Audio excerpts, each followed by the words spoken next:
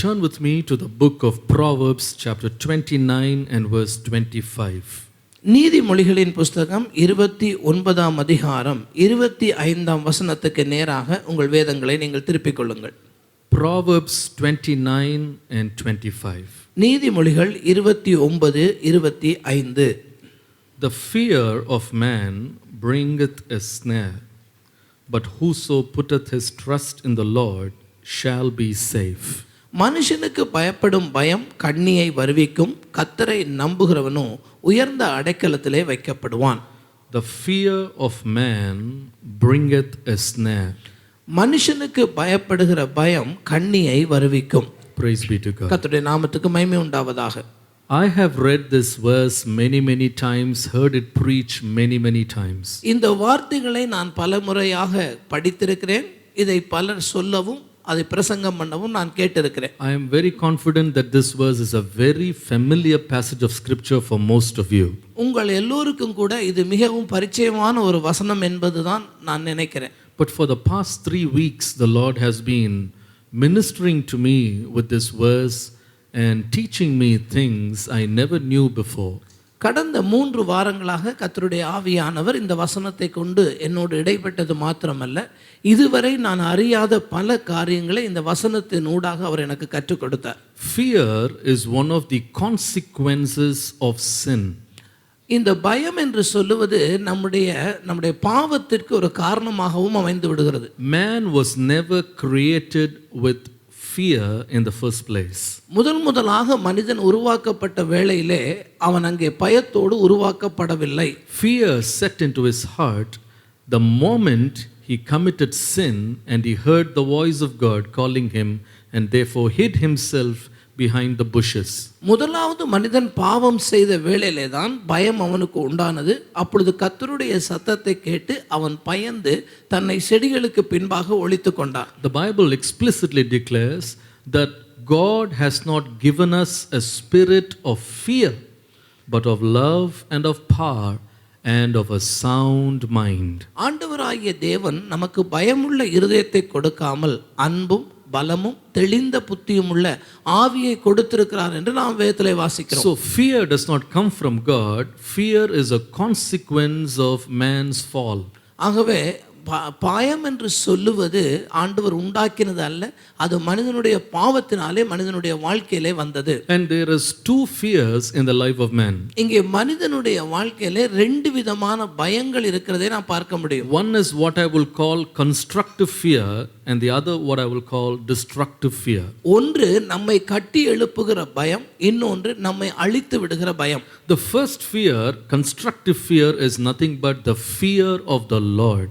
முதலாவது நம்மை கட்டி எழுப்புகிற பயம் என்று சொன்னேனே, அது கர்த்தருக்கு பயப்படுகிறதுனாலே நமக்கு வருகிறது. Throughout the scriptures you can see that the fear of God will not destroy us but instead build us up into greatness. நீங்கள் வேதம் முழுவதையும் வாசித்து பார்ப்பீர்களானால் கர்த்தருக்கு பயப்படுகிற பயத்தினாலே ஒரு மனிதனுடைய வாழ்க்கை அழிக்கப்பட்டு போவதல்ல, அது ஆசீர்வாதத்தின் மேல் ஆசீர்வாதத்தை பெறுகிறதாகவே இருக்கிறது. In Proverbs chapter 1 and verse 7.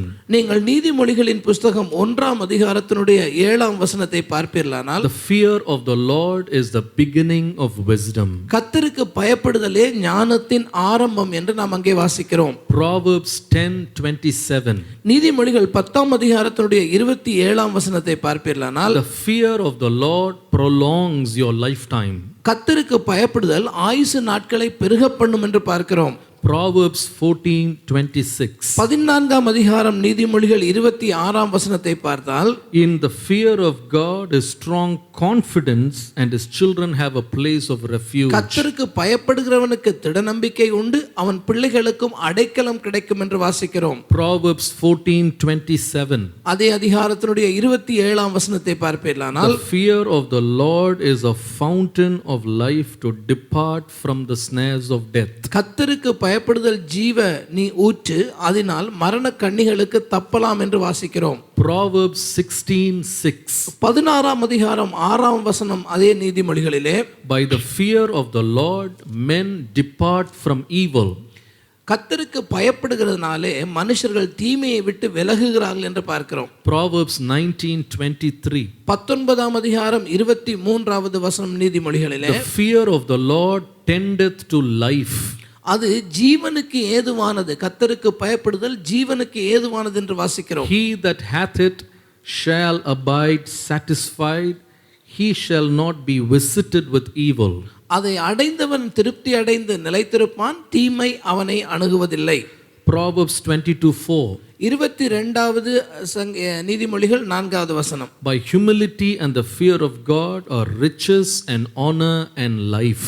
தாழ்மைக்கும் கர்த்தருக்கு பயப்படுதலுக்கும் வரும் பலன் ஐஸ்வர்யம் மகிமையும் ஜீவனுமாம். I've been enumerating verses upon verses talking about the innumerable blessings that come when we learn to fear God. நான் பல வேத வசனங்களை உங்களுக்கு முன்பாக சொன்னேன். இந்த வேத வசனங்கள் எல்லாவற்றிலும் கர்த்தருக்கு பயப்படுதல் என்று சொல்லப்பட்டிருக்கிறது. அந்த கர்த்தருக்கு பயப்படுதலினால் வருகிற ஆசீர்வாதங்களை குறித்து அது பேசுகிறது. But on the other hand, ஆனால் இன்னொரு பக்கத்திலே நாம் பார்ப்போமானால், the fear of man is so destructive that the Bible says the fear of man will bring a snare into your life. ஆனால் இன்னொரு பக்கத்திலே மனிதனுக்கு பயப்படுகிற பயம் என்று சொல்லுவது நம்முடைய வாழ்க்கையிலே ஒரு வலையை போல, ஒரு கண்ணியை போல நமக்கு வரும் என்று அங்கே சொல்லப்பட்டிருக்கிறது. As children of God, we should develop the habit of fearing God and not be drawn by the fear of man.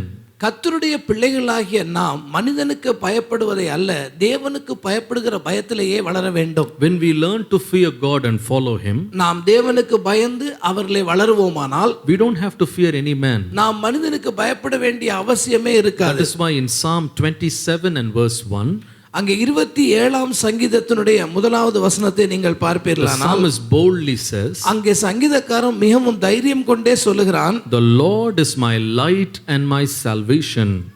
கர்த்தர் என் வெளிச்சமும் என் இரட்சிப்புமானவர், Whom shall I fear?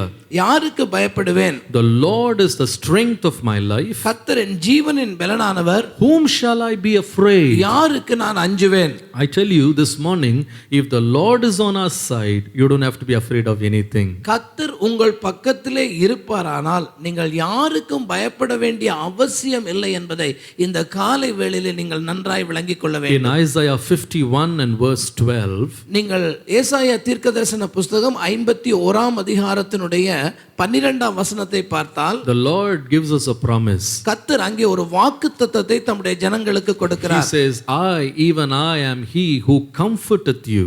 நான் உங்களுக்கு ஆறுதல் செய்கிற தேவன்.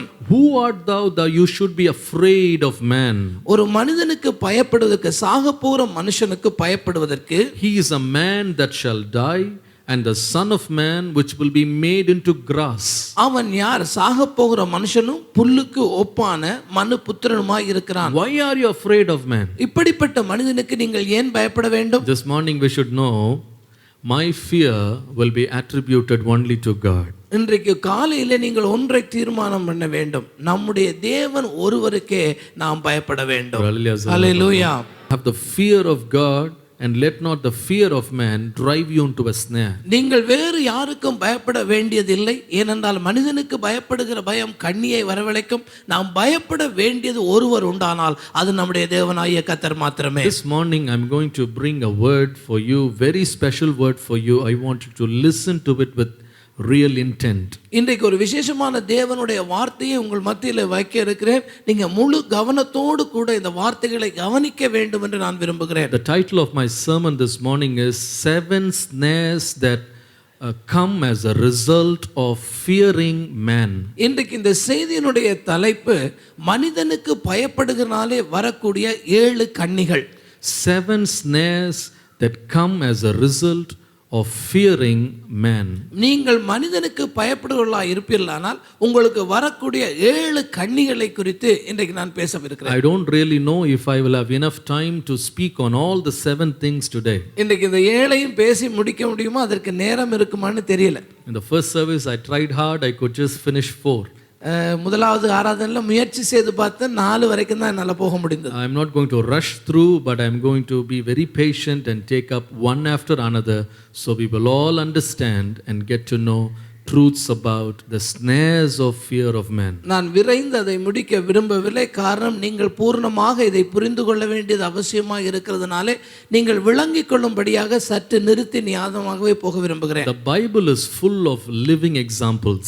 அங்கே வேதத்திலே நீங்கள் பார்ப்பீனால் ஜீவனுள்ள பல உதாரணங்கள் அங்கே இதற்காக The சொல்லப்பட்டிருக்கிறது. Lord has written the stories of so many people and has recorded the histories of so many individuals, so they will become an example for us, either a warning or an example to follow. தேவனாகிய கர்த்தர் வேத புஸ்தகத்திலே நமக்கு முன்பாக பல உதாரணங்களை வைத்திருக்கிறார்.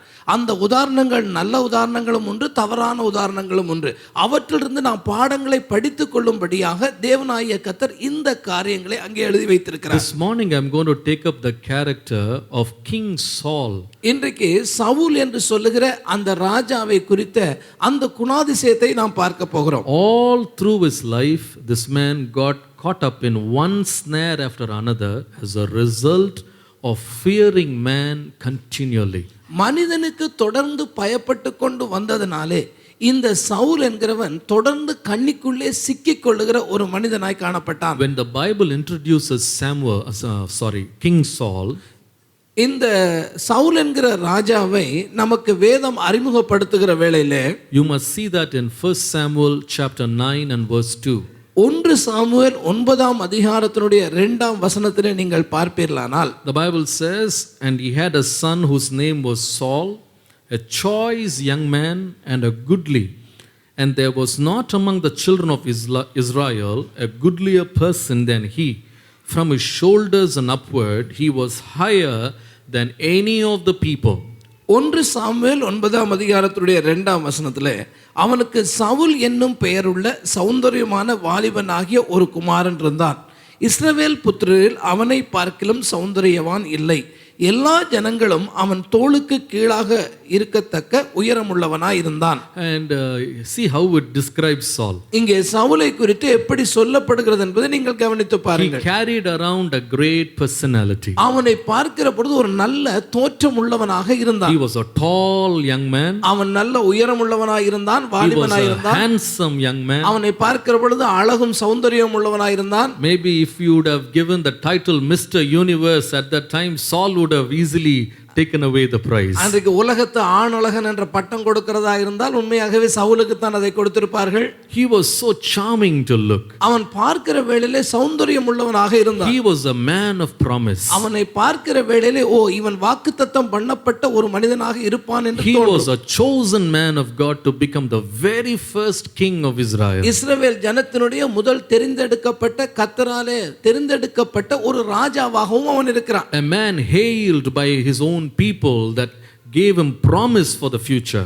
அங்கே இஸ்ரவேல் ஜனத்துக்கு எதிர்காலத்தினுடைய ராஜா இவன்தான் என்று சொல்லி ஜனங்களே அவனை அங்கீகரிக்கத்தக்க அளவிலே ஒரு உயர்ந்த அந்தஸ்திலே அவன் இருந்தான். This man comes to the scene with a great grand start. இவன் இந்த சூழ்நிலைக்குள்ளே வருகிற பொழுது, இந்த அறிமுக படலத்திலேயே நாம் பார்க்கிற பொழுது இவன் வருகிற வருகையே ஒரு அமர்க்களமாக இருக்கிறது. But if you look at the end of his life, ஆனால் அவனுடைய வாழ்க்கையினுடைய முடிவை நீங்கள் அவதானித்து பார்த்தால் it is truly very pathetic and shocking. அது துக்ககரமானதும் மிக மிக பாரதூரமான முடிவும் அங்கே அவனுக்கு இருந்தது. You see this man committing suicide to end his life. அவனுடைய வாழ்க்கையை முடிக்கும்படி கிட்டத்தட்ட தற்கொலை செய்து கொண்டே இறந்து போனான். Very sad. அவனுடைய வாழ்க்கையினுடைய முடிவு துக்கமானது. I used to wonder why Saul was driven away like this and had to have such a pathetic end. இப்படிப்பட்ட ஒரு மனிதன் தன்னுடைய வாழ்க்கையினுடைய முடிவை ஏன் இப்படி மாற்றிக்கொண்டான் என்று நான் நினைத்த பொழுதே உண்மையாகவே அதை குறித்து நான் கவலைப்பட்டேன். And then I began to search the scriptures. அதற்கு பின்பாக உட்கார்ந்து வேத பகுதிகளை ஆராய்ந்து பார்க்க And the ஆரம்பித்தேன். Holy Spirit began to reveal to me points and pockets here and there where Saul was getting himself caught into snares one after another. அதற்கு பின்பாக பரிசுத்த ஆவியானவருடைய துணையோடு கூட வேத பகுதிகளை ஆராய்ந்து பார்த்த பொழுது இங்கும் அங்குமாக அவன் எப்படி கண்ணிகளுக்குள்ளே சிக்கிக் கொண்டான் என்பதை அவதானிக்க கூடியதாக இருந்தது. It's so interesting. I don't think there's anybody in the Bible about whom such verses are written in so great number. இவ்வளவு தூரம் ஒரு மனுஷனை குறித்து இப்படிப்பட்ட காரியங்கள் வேதத்திலே வேறு யாரை குறித்தும் எழுதியிருக்கவில்லை. If you read in 1 Samuel 17:11, நீங்கள் 1 சாமுவேல் 17ஆம் அதிகாரத்தினுடைய 11ஆம் வசனத்தை it பார்ப்பீர்களானால் explicitly declares that Saul was so scared, he feared Goliath the Philistine. அங்கே பெலிஸ்தியனாகிய கோலியாத்துக்கு முன்பாக பயந்து நடுங்கின ஒருவனாக சவுல் இருந்ததாக In எழுதப்பட்டிருக்கிறது. 1 Samuel 15:24, அங்கே 15ஆம் அதிகாரத்தினுடைய 24ஆம் வசனத்துக்கு வருவீர்களானால் you see that he tells Samuel, I feared the people and obeyed their voice. ஜனங்களுக்கு பயந்ததினாலே அவர்களுடைய சொல்லை கேட்டு இந்த காரியத்தை நான் செய்து விட்டேன் என்று தீர்க்கதரிசியாகிய சாமுவேலுக்கு முன்பாக சொல்லுகிறான். 1 Samuel 18:15, 18ஆம் அதிகாரத்தினுடைய 15ஆம் வசனத்தை பார்ப்பீர்களானால் Saul was afraid of David the young boy. அங்கே இளைஞனாய் இருக்கக்கூடிய அந்த தாவீதுக்கு இந்த சவுல் பயந்தவனாய் இருந்தான். 1 Samuel 18:28, அதே அதிகாரத்தினுடைய 28ஆம் வசனத்தை பார்ப்பீர்களானால் Saul was yet the more afraid because Michal, his daughter, loved him. அவனுடைய குமாரத்தியாகிய மீகாள் இதே தாவீதை சிநேகித்ததினாலே இன்னும் அதிகமாக அவனுக்கு பயந்தான் என்று பார்க்கிறோம். 1 Samuel 28:5, 28ஆம் அதிகாரத்துடைய 5ஆம் வசனத்தை பார்த்தால் when Saul saw the host of Philistines, he was afraid. அங்கே முழு பெலிஸ்தருடைய படையை பார்த்த பொழுது அவன் பயந்தான் என்று பார்க்கிறோம். Again and again, this tall, handsome, strongly built man was afraid not of God, he was afraid of man over and over again. அழகும் சௌந்தரியமும் நல்ல வாட்ட சாட்டமும் உடலிலே பலமும் இருந்த இந்த மனுஷனாகிய இந்த சவுலை தொடர்ந்து பார்க்கிற பொழுது தேவனுக்கு அல்ல மனிதனுக்கே பயந்த ஒரு மனிதனாக And காண்பிக்கப்படுகிறான். in this whole sermon, I'm going to bring up thoughts from the word of God, how the fear that gripped in the heart of Saul, fear of man, took him from one snare to another. ஆகவே இந்த பிரசங்கம் முழுவதிலுமே இந்த சவுலாகிய இந்த மனிதனுக்கு பயப்படுகிற பயமானது ஒவ்வொரு கண்ணியாக கொண்டு போய் சிக்க வைத்த காரியங்களை நாம் பார்க்க இருக்கிறோம். Okay, let's go to number 1. முதலாவது காரியத்தை நாம் பார்ப்போம். 1 Samuel 18 and verse 9. 1 சாமுவேலுடைய புஸ்தகம் 18வது அதிகாரத்தினுடைய 9வது வசனம். And Saul eyed David from that day and forward. அந்த நாள் முதல் கொண்டு சவுல் தாவீதை காய்மகாரமாக பார்த்தான். And Saul eyed David from that day forward. அந்த நாள் முதல் கொண்டு சவுல் தாவீதை காய்மகாரமாக பார்த்தான். The first effect of the fear of man. முதலாக நீங்க முதலாவது காரியத்தை கவனிக்க வேண்டும். மனுஷனுக்கு பயப்படுகிற பயம் முதலாவது என்ன செய்யும்? Fear of man leads to contending with people not even your equal. உங்களுக்கு சமமாக இல்லாத ஆட்களோடு கூட உங்களை ஒப்பிட்டு பார்க்க தோன்றும். Fear of man leads you to contend and compare with people who are not even your equal. மனுஷனுக்கு பயப்படுகிற பயம் முதலாவது உங்களுடைய இருதயத்தில் வரும் பொழுது உங்களுக்கு சமமாக இல்லாத ஒரு நபரோடு கூட உங்களை ஒப்பிட்டு பார்க்க உங்களை தூண்டிவிடும். Now, when did the fear of Saul, fear of David, grip the heart of Saul? இப்பொழுது இந்த தாவீதை குறித்த பயம் எப்பொழுது இந்த சவுலுக்குள்ளே வருகிறது? In this juncture you read, நீங்கள் இந்த குறிப்பிட்ட வேத பகுதியை பார்ப்பீர்களானால் one little poetic verse sung by a few women. அங்கே சில பெண்கள் வருகிறார்கள், அவர்கள் ஒரு கவிதை பாடுகிறார்கள். அந்த கவிதையின் நிமித்தமாக He was so scared. இப்பொழுது பயம் இந்த சவுலுக்குள்ளே வந்து விடுகிறது. Nobody threatened his kingdom. இவனுடைய ராஜ்யத்துக்கு எதிராக எந்த போராட்டமும் எழும்பவில்லை. David was not even very popular at that time. அந்த நேரத்திலே தாவீது புகழ்பெற்ற ஒருவனாகவும் இருக்கவில்லை. He is just in obscurity as a little shepherd boy, but just came up to prominence, and just the very first instance Saul became so scared of him.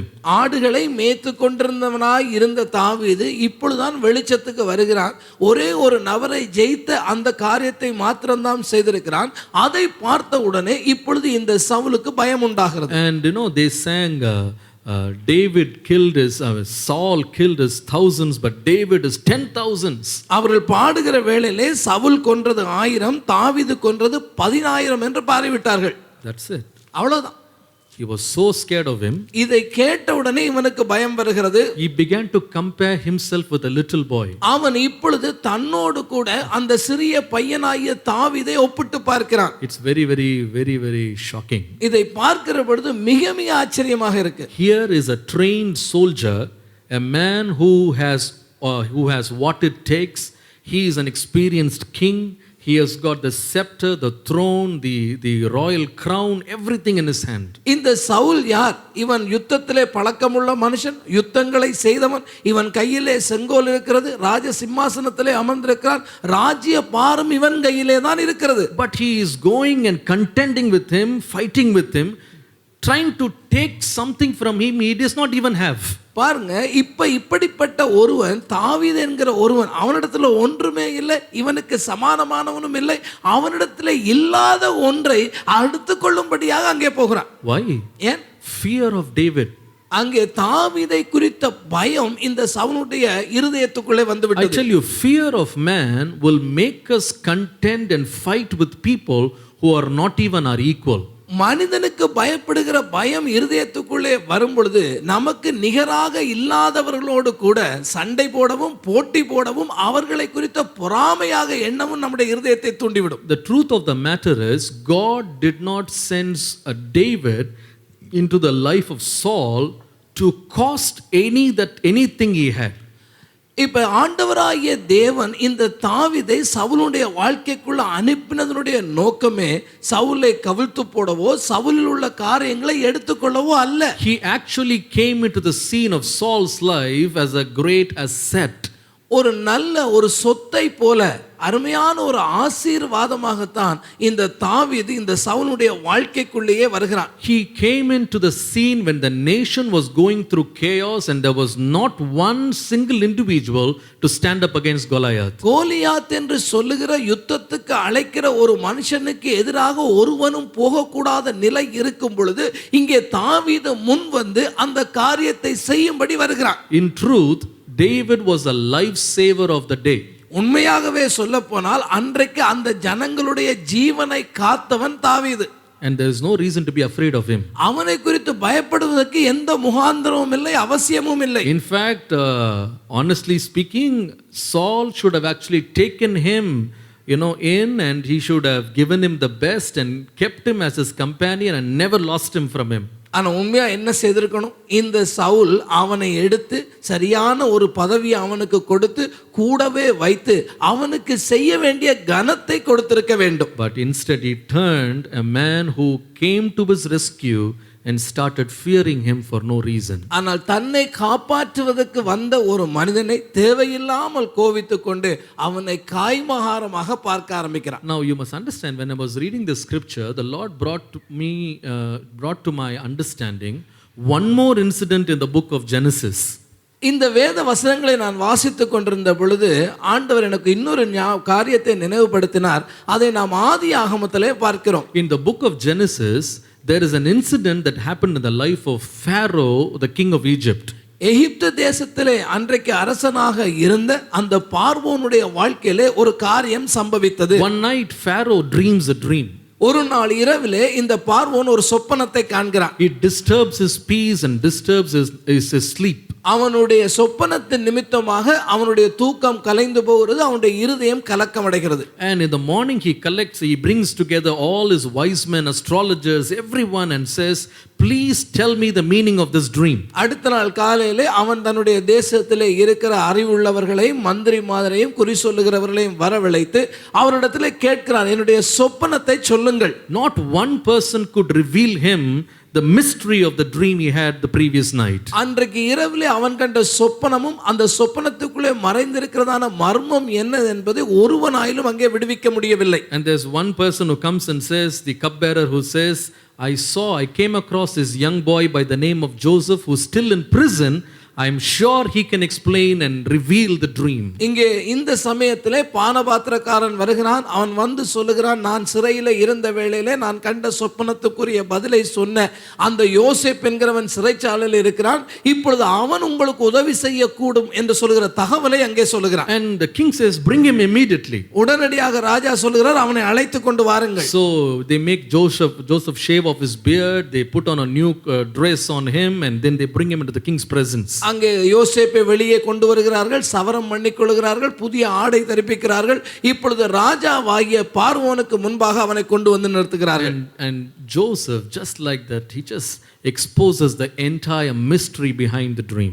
அன்றைக்கு பார்த்த அந்த சொப்பனத்துக்கு பின்பாக இருக்கிற சகல மர்ம முடிச்சுக்களையும் அவன் அவிழ்த்து காரியங்கள் இப்படித்தான் என்பதை ராஜாக்கு முன்பாக தெளிவாய் சொல்லி He விடுகிறார். says, for the next 7 years there will be plenty of food in Egypt, but the following 7 years will be a very severe famine. யோசேப் சொல்லுகிற பொழுது அந்த ராஜாவிடத்திலே சொல்கிறான், முதல் 7 வருஷங்கள் நல்ல செழிப்பு உங்களுடைய தேசத்திலே இருக்கும், அடுத்த 7 வருடங்கள் உங்களுக்கு பட்டினி இருக்கும் என்று சொல்லுகிறான். And he does not stop there. அங்கே அவன் நிறுத்திவிடவில்லை. He goes on to give counsel to the king himself. இந்த ராஜாவுக்கு சில ஆலோசனைகளையும் அவன் சேர்த்து சொல்லுகிறான். He says, it will be nice if the king will appoint a person who is wise enough to handle the administration of the country, where he can save as much as he can for the next 7 years and distribute it for the years of famine. இந்த 7 வருஷம் செழிப்பான காலம் வருகிற வேளையிலே ராஜா ஒரு தகுதியான நிர்வாகம் பண்ணக்கூடிய ஒருவனை நியமித்து அவனுடைய கையிலே அதிகாரங்களை கொடுத்து இந்த தானியங்களை எல்லாம் வாங்கி ஒரு பண்டக சாலையிலே சேமித்து வைப்பாரானால் இந்த பஞ்சமாய் வரக்கூடிய 7 வருஷங்களை கடந்து விடலாம் என்ற ஒரு ஆலோசனையை அங்கே சொல்லுகிறான். Now you must understand this very very intently. You must நீங்கள் understand clearly. இதை கவனிக்கும் பொழுது மிக அவதானமாக இந்த வார்த்தைகளை கவனியுங்கள். Now who is speaking to whom? இப்ப யார்கிட்ட பேசுறா? Who is counseling whom? யாருக்கு ஆலோசனை A கொடுக்கிறார்கள்? slave boy, a prisoner is giving counsel to Pharaoh, who is counted, who is worshipped as a god in Egypt.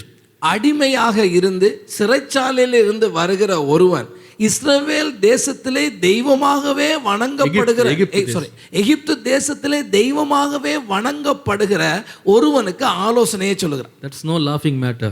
இது ஏதோ சிரிக்கிற காரியம் இல்லைங்க. You know, those days pharaohs were worshipped.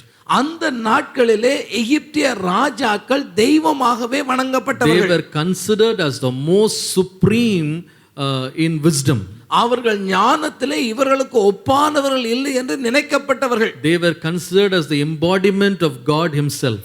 கடவுளே வந்து அரசாங்கம் பண்ணுகிறார் என்றுதான் அன்றைக்குள்ள எகிப்து ஜனங்கள் நினைத்தார்கள். And it was supposed to be one of the largest ruling empires in the world. அன்றைக்கு இருந்த உலகத்திலே மிகப்பெரிய ராஜ்யம் அங்கதான் இருந்தது, எகிப்திலே தான். But when Joseph as a slave boy, as a prisoner, a foreigner comes and counsels the king, இஸ்ரவேல் தேசத்திலிருந்து அடிமையாய் கொண்டு வரப்பட்ட சிறைச்சாலையில் இருந்த ஒருவன் வந்து இப்பேற்பட்ட ராஜாவுக்கு இப்பொழுது ஆலோசனை சொல்லுகிறானே.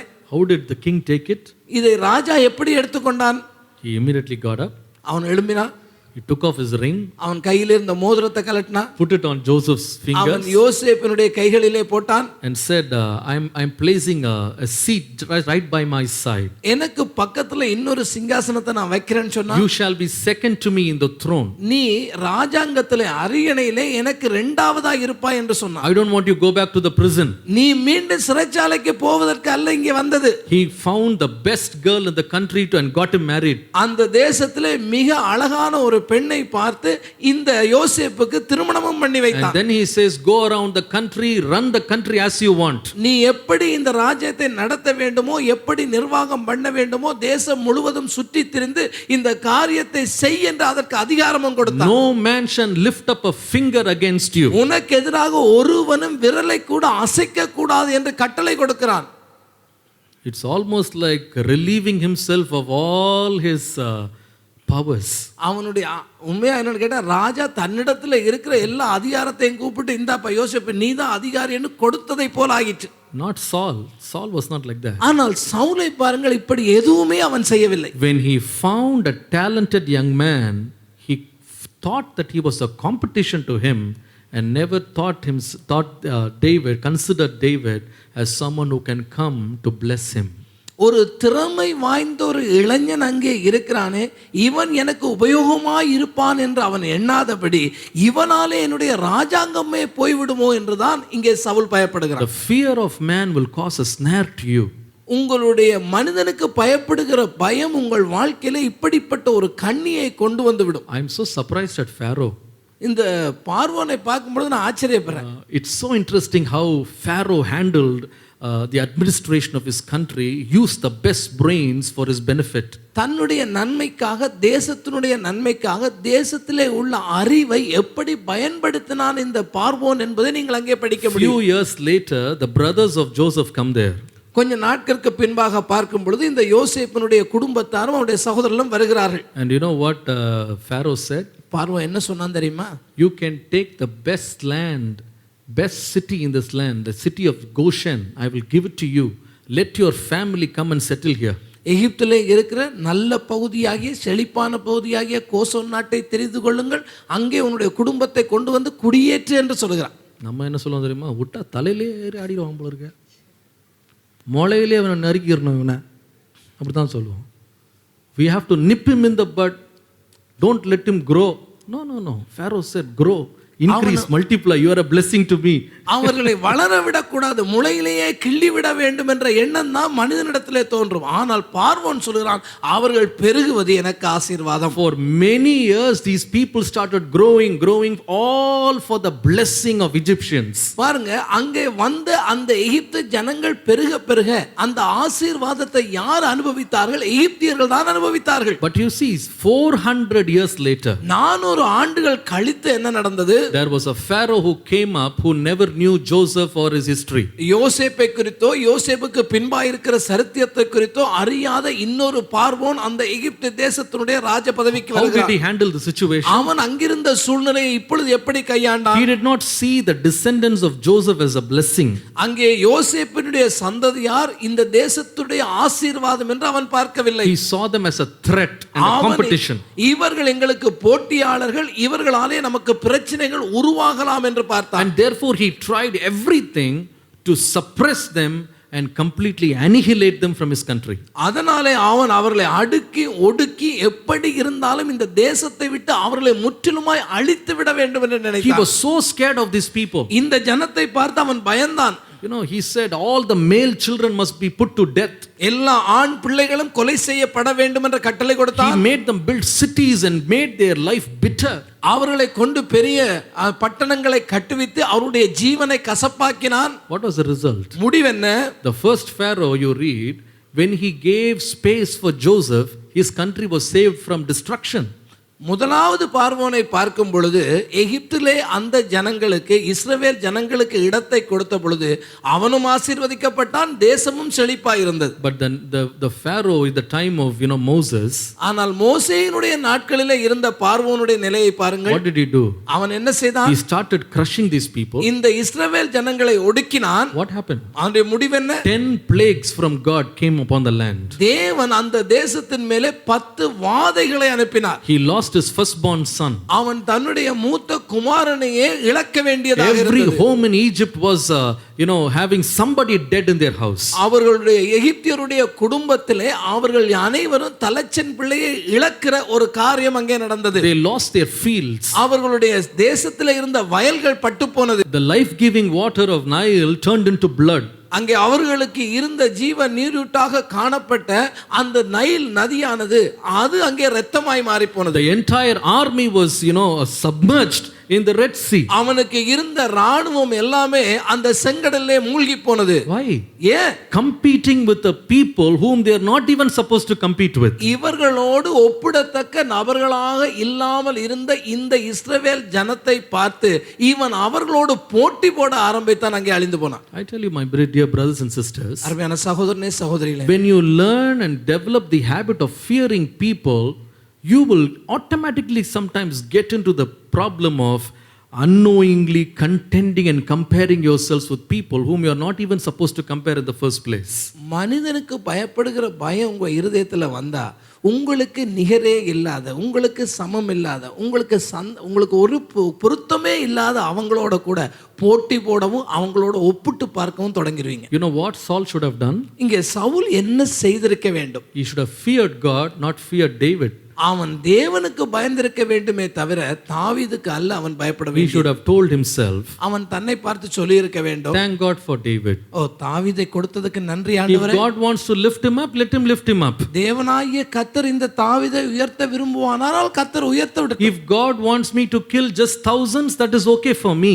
ஆண்டவராகிய தேவன் என்னை கொண்டு 1000 பேரைத்தான் ஜெயம் எடுப்பார், 1000 பேரைத்தான் நான் கொல்ல முடியும் என்றால் அது எனக்கு போதும். If David has to kill 10,000, that's okay. அந்த 10,000 பேரை கொல்லுகிற தகுதியை ஆண்டவர் அவனுக்கு கொடுத்திருந்தார், அவன் அதை கொன்று விட்டு போகட்டும். You must understand, my dear brothers and sisters, sometime people without experience, people who are so insignificant, people who are so small, people who are so little and unknown can sometimes overtake us in our life. நம்முடைய வாழ்க்கையிலே சில வேளைகளில் நீங்கள் கவனித்து பார்த்தால் ஒரு பெருமதி இல்லாத, நம்மை விட சிறியவர்களாக இருக்கிற, ஒரு தாளந்தம் இல்லாத சிலர் நமக்கு மேலே வந்து விடலாம்.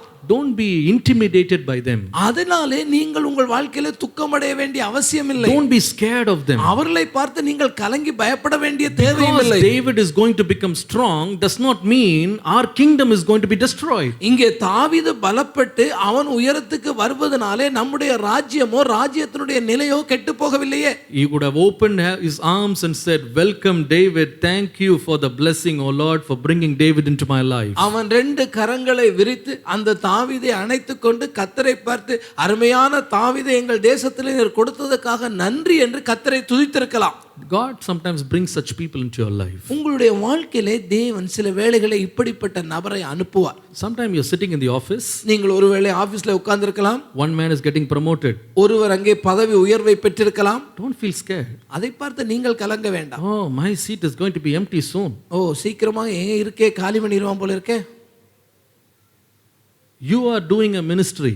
நீங்கள் ஒரு ஊழியத்தை செய்கிற நபராக இருக்கலாம். And one little boy who came yesterday, he is doing much more than what you are doing for the past 60 years. நீங்கள் 60 ஆண்டுகள் செய்த ஊழியத்தை காட்டிலும் நேற்று வந்த ஒரு வாலிபன் நல்ல ஊழியங்களை செய்து கொண்டிருக்கலாம். Don't feel intimidated. அதனாலே நீங்கள் உங்களை குறித்து நீங்கள் பயப்பட வேண்டாம். We are a church, we have been here for 40 years, but maybe a church will come by which will have much more than what we did in a matter of few years. 40 ஆண்டுகளாக நாம் சபை நடத்தி செய்த காரியங்களை காட்டிலும் இன்னொரு சபை எழும்பி வெகு சீக்கிரத்திலேயே சில காரியங்களை சில வருஷங்களுக்குள்ள அவர்கள் செய்து முடித்திருக்கலாம். Some people can come who are exceptionally talented than us and they can overtake us. நம்மை காட்டிலும் மிக மிக திறமை உள்ளவர்கள் எழும்பி ஊழியத்தை இன்னும் வல்லமையாக கூட செய்யலாம். All these days it was you in the limelight. Suddenly somebody grabs you from the limelight and now they are shining more than you. இதுவரையிலே நீங்கள் ஒருவர் தான் இருந்தீர்கள், இப்பொழுது உங்களை காட்டிலும் திறமை உள்ள ஒருவர் வந்து ஜனங்களுடைய நோக்கமெல்லாம் அவர்கள் பால் திரும்பி இருக்கலாம். Don't be afraid. அதை குறித்து பயப்பட வேண்டியதில்லை. It is God in control. அது கர்த்தர் அதை செய்கிறார், எல்லாம் கர்த்தருடைய கட்டுப்பாட்டிலே தான் இருக்கு. Hallelujah. Hallelujah. I have to fear God. I don't have to fear any man. நாம் பயப்பட வேண்டுமானால் பயப்பட வேண்டியது தேவனுக்கே தவிர மனிதனுக்கு அல்ல. Sometimes when you fear people, that inert fear inside you will trick you into competing with them unnecessarily. இந்த மனுஷனுக்கு பயப்படுகிற பயத்தை உங்களுடைய இருதயத்துல விட்டா இந்த இருதயம் என்ன செய்யணும், உங்களை அந்த அவனோடு கூட ஒரு போட்டி போட வச்சிரும். உன்னோட நான் நல்லா தான் பாடுவேன், என்ன விட்டா நான் இதோட நல்லா பிரசங்கம் பண்ணுவேன், அதே வேலை என்கிட்ட கொடுத்தா நான் ஒரே நிமிஷத்துல முடிச்சிருவேன், இவ்வளவு நேரம் செய்யறான் அவன், எனக்கு தெரியாதா?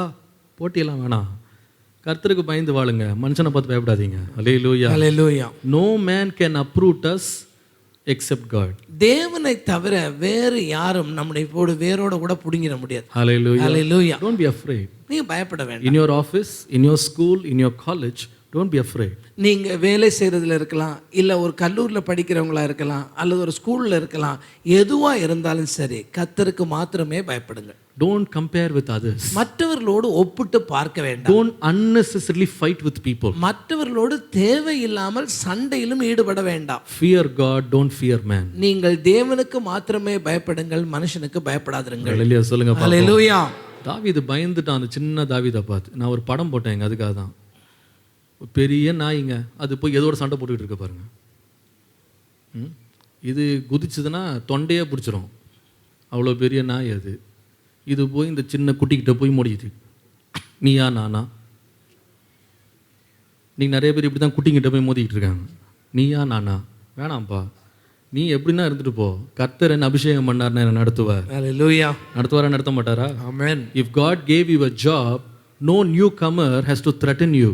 தேவனாகிய கர்த்தர் உங்களுக்கு ஒரு வேலையை கொடுத்திருப்பார், ஆனால் புதிதாய் வருகிற ஒரு ஆளினாலே அந்த வேலை கெட்டு போறது You இல்லை. have been in teaching industry for the past 30 years. நீங்கள் 30 ஆண்டு காலம் இந்த கற்றுக் கொடுக்கிற வேலையில இருக்கிறீங்க. Yesterday a new appointment comes. புதிதாக ஒருவர் நேற்று தான் வேலைக்கே வந்திருக்கிறார். Oh, your face is so downcast. அப்ப உடனேயே உங்களுடைய முகம் செத்து போச்சு. Oh, my name is gone. ஓ, இப்ப என் பேர் போகுது. My position is gone. ஓ, என்னுடைய பதவி போக போறது. எதுவும் போல, அதுக்குள்ளே நீங்களே பயந்துருவீங்க. அப்போ சும்மா சும்மா அவனை பற்றி குறை சொல்லிருப்பீங்க, அவன் சரியில்லைங்க, நேற்றுக்கு வந்தால் அவன் சரியில்லை. ஏன்னா நமக்கு பயம், நம்ம சீட்டு போயிருமோ, அதுக்கு முன்னாடி அவனை காலி பண்ணலாம். வேண்டாம் நமக்கு. Don't fear man. மனிதனை குறித்து நாம் பயப்பட வேண்டிய அவசியமே இல்லை. பயப்படாதீங்க. மனிதனுக்கு பயப்படுகிற பயம் கண்ணியை வரும். என்ன கொண்டு வரும்? கண்ணி. நமக்கே வேட்டு வச்சிரும் அது. பயப்படாதீங்க, மனுஷனை பார்த்து, கர்த்தரை மாத்திரம் பயப்படுங்க. Hallelujah. Hallelujah. Fear God, not man. நீங்கள் தேவனுக்கு மாத்திரமே பயப்படுங்கள், மனிதனுக்கு அல்ல. Number 2. இரண்டாவது காரியத்தை What கவனிப்போம். will the snare be that comes out of fear of man? மனிதனுக்கு பயப்படுகிற பயம் கொண்டு வருகிற இரண்டாவது கண்ணி என்ன? 1 Samuel 17:11. 1 சாமுவேல் 17ஆம் அதிகாரத்தினுடைய 11வது வசனம். When Saul and all Israel heard those words of the Philistine, they were dismayed and greatly afraid. சவுலும் இஸ்ரவேல் அனைவரும் அந்த பெலிஸ்தனுடைய வார்த்தைகளை கேட்டு கலங்கி மிகவும் பயப்பட்டார்கள். Saul and Israel were greatly afraid when they heard the Philistine. இந்த பெலிஸ்தனுடைய வார்த்தையை கேட்ட பொழுது சவுலும் இஸ்ரவேல் அனைவரும் பயந்தார்கள். Number 2. இரண்டாவது, Fear of man leads us, makes us to flee from challenges. மனிதனுக்கு பயப்படுகிற பயம் சவாலை சந்திக்காமல் நம்மை ஓட வைக்கும். Fear of man will make us run away from facing challenges. நமக்கு முன்பாக உள்ள சவால்களை சந்திக்காமல் மனுஷனுக்கு பயப்படுகிற பயம் நம்முடைய இருதயத்தில் இருந்தா அந்த இடத்தை விட்டு நம்ம ஓட வைக்கும். Now you must listen carefully. நீங்கள் இந்த வார்த்தைகளை கவனித்து கேளுங்கள். Now a strange scene starts building up in Israel. இஸ்ரவேலிலே ஒரு புதிய சம்பவம் இப்பொழுது நடந்து கொண்டிருக்கிறது. A huge giant by the name of Goliath comes there. Goliath என்று சொல்லுகிற பெரிய தோற்றமுடைய ஒருவன் அங்கே வருகிறான். He makes these big claims. அவன் தன்னை குறித்த பெரிய காரியங்களை சொல்லுகிறான். And he says, anybody who is strong enough, come and face me one on one. அவன் ஒருவனை சவாலுக்கு அழைக்கிறான். என்னோடு கூட யுத்தம் பண்ண உங்களிலே ஒருவன் இருப்பானால் வா என்று சவாலுக்கு அழைக்கிறான். Now who is supposed to go there? இங்க யாரு போகணும்? Tell me, who is supposed to go இப்ப there? யுத்தத்துக்கு யாரு போகணும்? சொல்லுங்க. One on one fight, who is supposed to go? இப்ப ஒண்டி கூப்பிடுறான், யாரு போய் ஆகணும்? யாருங்க போனோம்?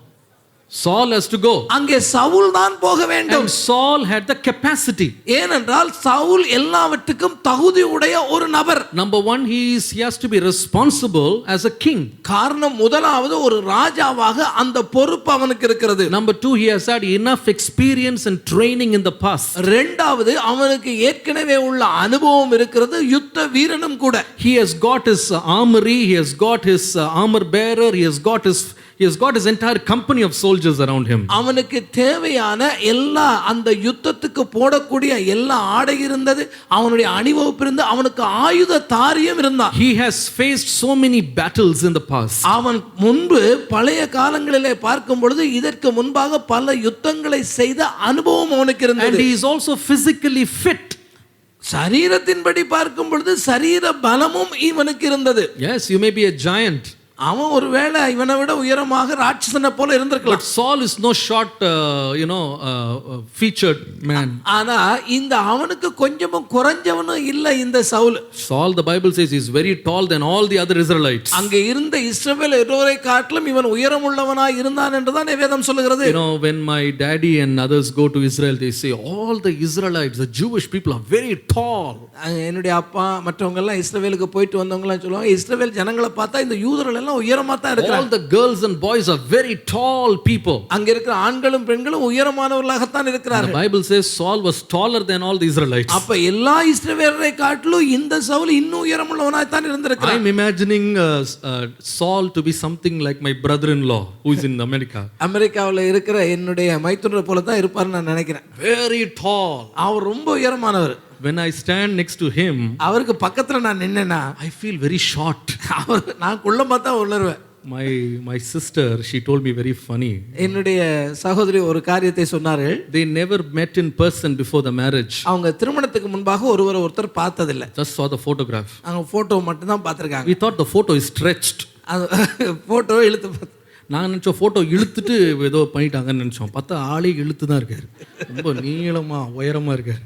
So the first time both of them met was when they went to purchase their wedding clothes.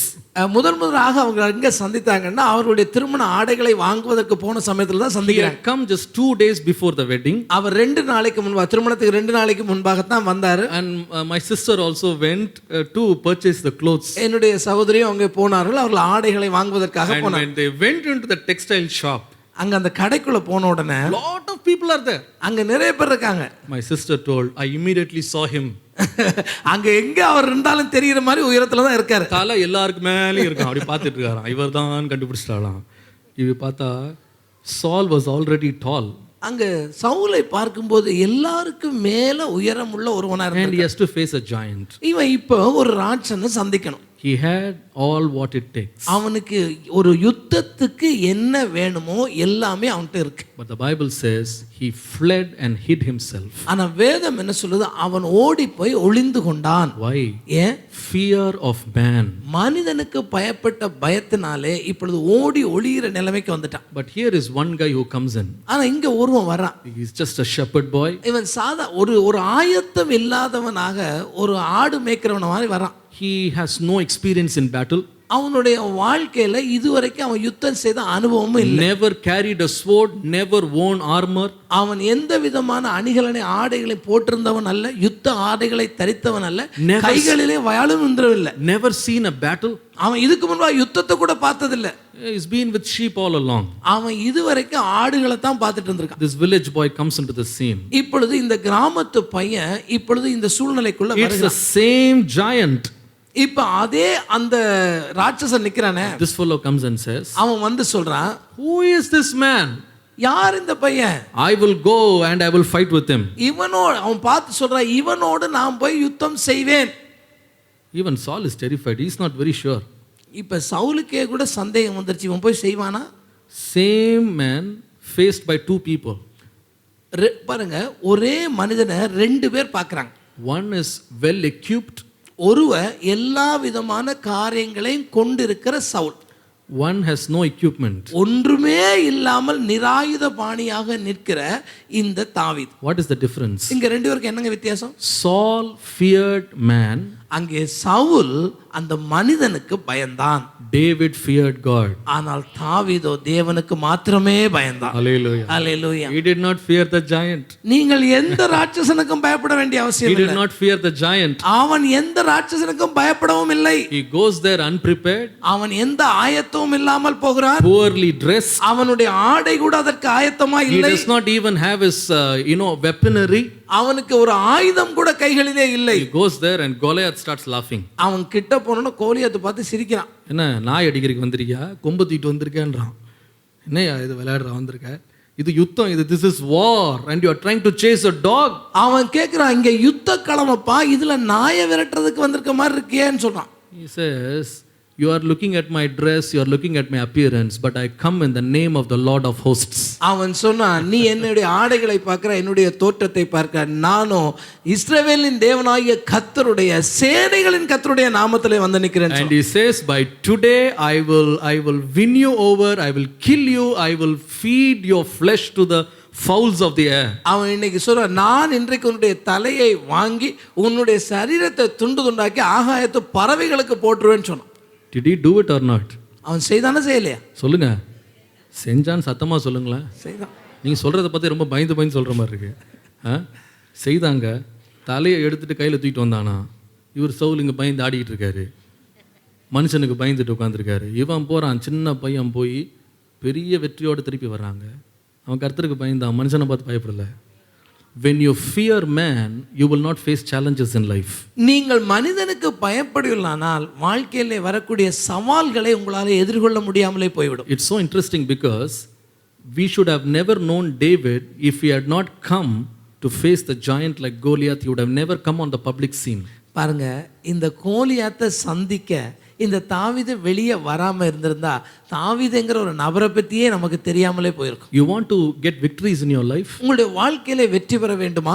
You want your name to shine? உங்களுடைய பெயர் பிரஸ்தாபமாக வேண்டுமா? You want God to use you? தேவனாகிய கர்த்தர் உங்களை பயன்படுத்த வேண்டும் என்று விரும்புகிறீர்களா? You want to break new ground? நீங்கள் ஒரு புதிய காரியத்தை செய்ய வேண்டும், அதை வெற்றி பெற வேண்டும் என்று Don't be விரும்புகிறீர்களா? scared of men. நீங்கள் மனிதனை பார்த்து பயப்பட Don't வேண்டாம். be scared of appearance. நீங்கள் வெளி தோற்றத்தை குறித்து பயப்பட வேண்டாம். Don't be scared of all the looks. வெளி தோற்றங்களினாலே உண்டாகிற காரியங்களை குறித்து உங்களுடைய எண்ணத்திலே சிந்திக்கவும் வேண்டாம். Look at God who is above all this. எல்லாவற்றுக்கும் மேலான தேவனை மாத்திரம் நீங்கள் நோக்கி பாருங்கள். Hallelujah. Hallelujah. He that is in me is greater than he that is in the world. இந்த உலகத்தில் இருக்கிறதை காட்டிலும் நமக்குள்ளே இருக்கிற தேவன் பெரியவர். Our faith is one that overcomes the world. நம்முடைய விசுவாசமே உலகத்தை ஜெயிக்கிற ஜெயம். I can do all things through Christ who gives me strength. என்னை பலப்படுத்துகிற கர்த்தர்னாலே எல்லாவற்றையும் செய்ய நமக்கு பலன் உண்டு. ஒரு ஆமென் சொல்லுங்க. ஆமென். இங்கே தைரியமா சொல்லுங்க, முடியும்னு சொல்லுங்க. ஆமென். Hallelujah. Hallelujah. If you go to an exam, நீங்க ஒரு பரீட்சைக்கு போறீங்க. don't be scared. அங்க போனவே பயப்படாதீங்க. Many students are very scared. என்ன பல மாணவர்களை பார்க்கறேன், அவங்க அங்க போனா தான் பயப்படுறாங்க. Some people come and pray. சிலர் வந்து ஜெபம் பண்ணுவாங்க. Pastor, please pray. You know, I prepare very well. I memorize everything. But once I go into the exam hall, everything I forget. அவங்க வந்து சொல்லி ஜெபம் பண்ணுவாங்க, நான் நல்லா ஆயத்தப்படுத்திருக்கிறேன், பாடமாக்க வேண்டிய பகுதியெல்லாம் பாடமாக்கிட்டேன், ஆனால் அந்த எக்ஸாம் ஹாலுக்குள்ளே போனோன்னு பயம் வந்துடுது.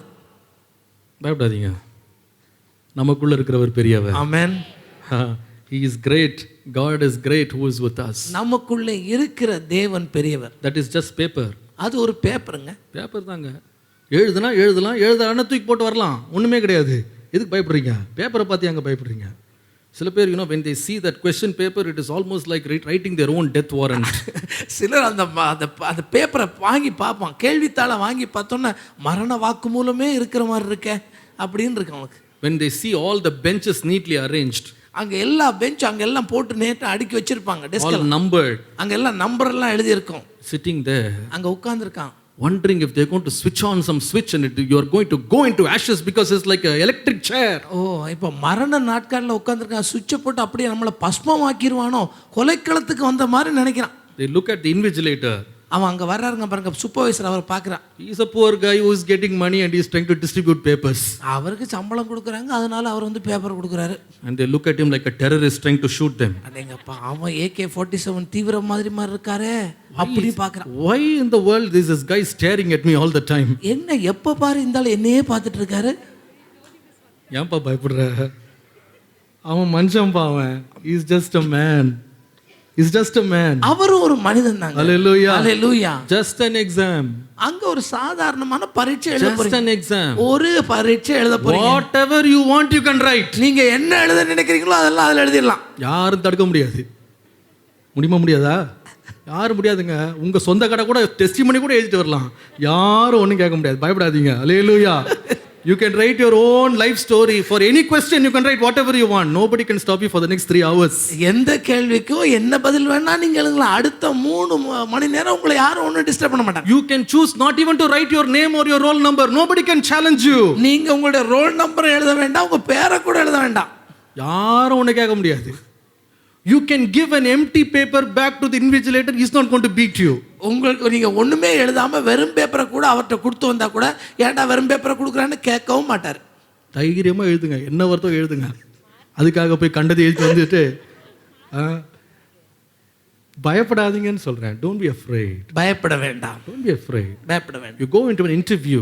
நீங்க பாருங்க, ஒரு நேர்முக தேர்வுக்கு போகிறார்கள். Oh, these guys are sitting there with their suits and ties with all their fancy glasses. அவங்க கவுட் சூட்லாம் போட்டு அங்க கண்ணாடி எல்லாம் போட்டு உட்கார்ந்திருக்காங்க. Oh, they have these leather plush chairs and they're sitting there just like as if they own the whole world. அவங்க ஏதோ உலகம் எல்லாம் அவங்க கையிலேயே இருக்கிற மாதிரி அந்த சேர்ல அப்படியே ஒரு தோரணையோட உட்கார்ந்திருக்காங்க. Look at them and tell yourself. அவங்கள பார்த்துட்டு நீங்க உங்களுக்குள்ள சொல்லிக்கங்க, you are a man who is going to die someday. சாக போகிற ஆள் முன்னாடி உட்காந்துருக்குது. அவன்கிட்ட சொல்லிடாதீங்க, நீ யாருப்பா, நீ சாக போற மனுஷன். You are like the cross. நீ புல்லுக்கு ஒப்பான மனிதன். நான் சொல்லுங்க, பைபிள் தான் சொல்லுது. அது ஆமென். வெளியே போய் சொல்றாதீங்க, இப்படி தான் பாஸ்டர் சொல்ல சொன்னாருன்னு. பைபிள் சொல்லுது, சாக போகிற மனுஷனுக்கு நீ ஏன்பா பயப்படுற? என்ன பெரிய பிஸ்தாவா இருக்குங்க அவன். யாரு? சாக போகிறான். தைரியமா சொல்லுங்க, சாக போகிறான். சாக போற மனுஷங்க அவன். He is just a man who will die someday. ஒரு நாளிலே அவனுக்கு நிச்சயமாகவே ஒரு சாவு உண்டு. He is also sitting there for a salary. அவர் கூட சம்பளத்துக்காகத்தான் அங்க உட்கார்ந்திருக்காரு. Don't feel so small and little and shivering before him. அவருக்கு முன்பாக உட்கார்ந்து உங்களை தாழ்மையா நினைச்சிட்டு நீங்க நடுங்கிட்டு இருக்காதீங்க. சில பேர் இன்டர்வியூ போயிட்டு வந்து என்ன கேள்வி கேட்டானே தெரியாது, அப்படியே மிரண்டு போய் அப்படியே பார்த்துட்டே வந்து திருன்னு திருப்பி வெளியே வருவான். ஏன்பா பயப்படுற? அவனும் மனுஷன் தான். இன்னும் சொல்ல போனா சாவு போற மனுஷன். உங்களுக்கே சிரிப்பு வருதுல இப்போ. சாவு போற மனுஷன். A big CEO is in your office trying to threaten you. அங்க ஒரு பெரிய அங்க இன்சார்ஜா இருக்கிற ஒரு நிர்வாக அதிகாரி இருக்கிறார். அவர் உங்களை பயமுறுத்தாங்க இல்ல.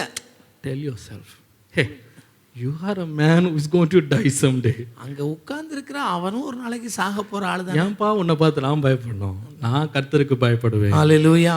I don't have to fear man. நான் மனுஷனுக்கு பயப்பட வேண்டிய அவசியமே இல்லை. Early in my ministry, when I used to go to schools and colleges, என்னுடைய ஊழியத்தினுடைய ஆரம்ப நாட்களிலே காலேஜ்கள் அதே போல இந்த கல்லூரிகளை போல பள்ளிகளுக்கு நான் போகிற வேளையில they would take me to the principal's office. உன்னை கொண்டு போய் என்ன பிரின்சிபல் ஆபீஸ்ல வச்சிருவாங்க. When you go there, you see this principal aged and experienced. அங்க போனா அவங்க நல்ல வயது முதிர்ந்தவங்களா இருப்பாங்க, அனுபவசாலிகளாக இருப்பாங்க. Behind their back, they all have these medals and cups and all. Nothing they got, everything the students got, but they'll put it on their office. அவங்க ஒன்றும் வாங்கினது இல்லைங்க. ஆனா அங்க பிள்ளைங்க வாங்கி கொடுத்த அந்த கப்பு கப்பெல்லாம் அப்படியே தங்க தலைக்கு மேலேயே அடுக்கி வச்சிருப்பாங்க. When you look at that, from that chair, you think, man, I'm so small before these great people. அப்ப பின்னாடி உட்கார்ந்ததை பார்க்கும்போது ஓஹோ இவங்களுக்கு முன்னாடி நம்ம யாரு அப்படின்னு ஒரு எண்ணம் எனக்கு வரும். Early days, there were times my tongue was stuck. I couldn't even speak, answer questions. அவங்க ஏதாவது கேள்வி கேட்டா நாக்கு கூட எழும்புறதில்ல, அப்படியே உள்ள அடங்கி போய் என்ன பதில் சொல்லனே தெரியாம முடிச்சிருக்கேன். My tongue used to get so dry. அந்த இடத்துல போனா நாக்கே வறண்டு போயிருது. My feet used to shiver. என்னுடைய கால் எல்லாம் நடுங்கும் அப்ப போனா. உள்ள சோத்ரம். Then I realized this is unnecessary. அதுக்கு பிறகு தான் நான் யோசிச்சேன், இது தேவையில்லாத ஒரு பயம். They are also human beings. அவர்களும் யார் மனிதர்கள் தானே. Why should I be afraid of man? நான் ஏன் மனிதனுக்கு பயப்பட வேண்டும்? God is my refuge, God is my strength. தேவனே என்னுடைய அடைக்கலமும் என்னுடைய பெலனுமாய் இருக்கிறாரே. Hallelujah. Hallelujah. What can man do to me? மனிதன் எனக்கு என்ன செய்ய முடியும்? No matter what challenges come against me, எனக்கு முன்பாக எப்படிப்பட்ட சவால்கள் வந்தாலுமே கூட go up and face it. நான் அதை தைரியமாய் எதிர்கொள்வேன். I will not hide under the shadows of fear. நான் ஒருபோதும் பயத்திலே மறைந்து கொள்ள மாட்டேன். I'm telling young people here, இன்றைக்கு இருக்கிற இந்த இளைஞர்களுக்கு நான் சொல்லுகிறேன், when you go for an interview, நீங்கள் ஒரு நேர்முக தேர்வுக்கு போகலாம். the person before you can look like a giant. உங்களுக்கு முன்பாக இருக்கிற ஒரு ராட்சசனை போல காணப்படலாம். The requirement may be very high. அங்கே உங்களுக்கு அங்கே கேட்கப்பட்ட காரியங்கள் பெரிதாய் You தோற்றமளிக்கலாம். can look so unprepared. அங்க இருக்கிற காரியத்துக்கு நீங்கள் ஆயத்தப்படாத ஒரு நபராய் You தோன்றலாம். don't have what it takes. You don't even have the tools for the game. அந்த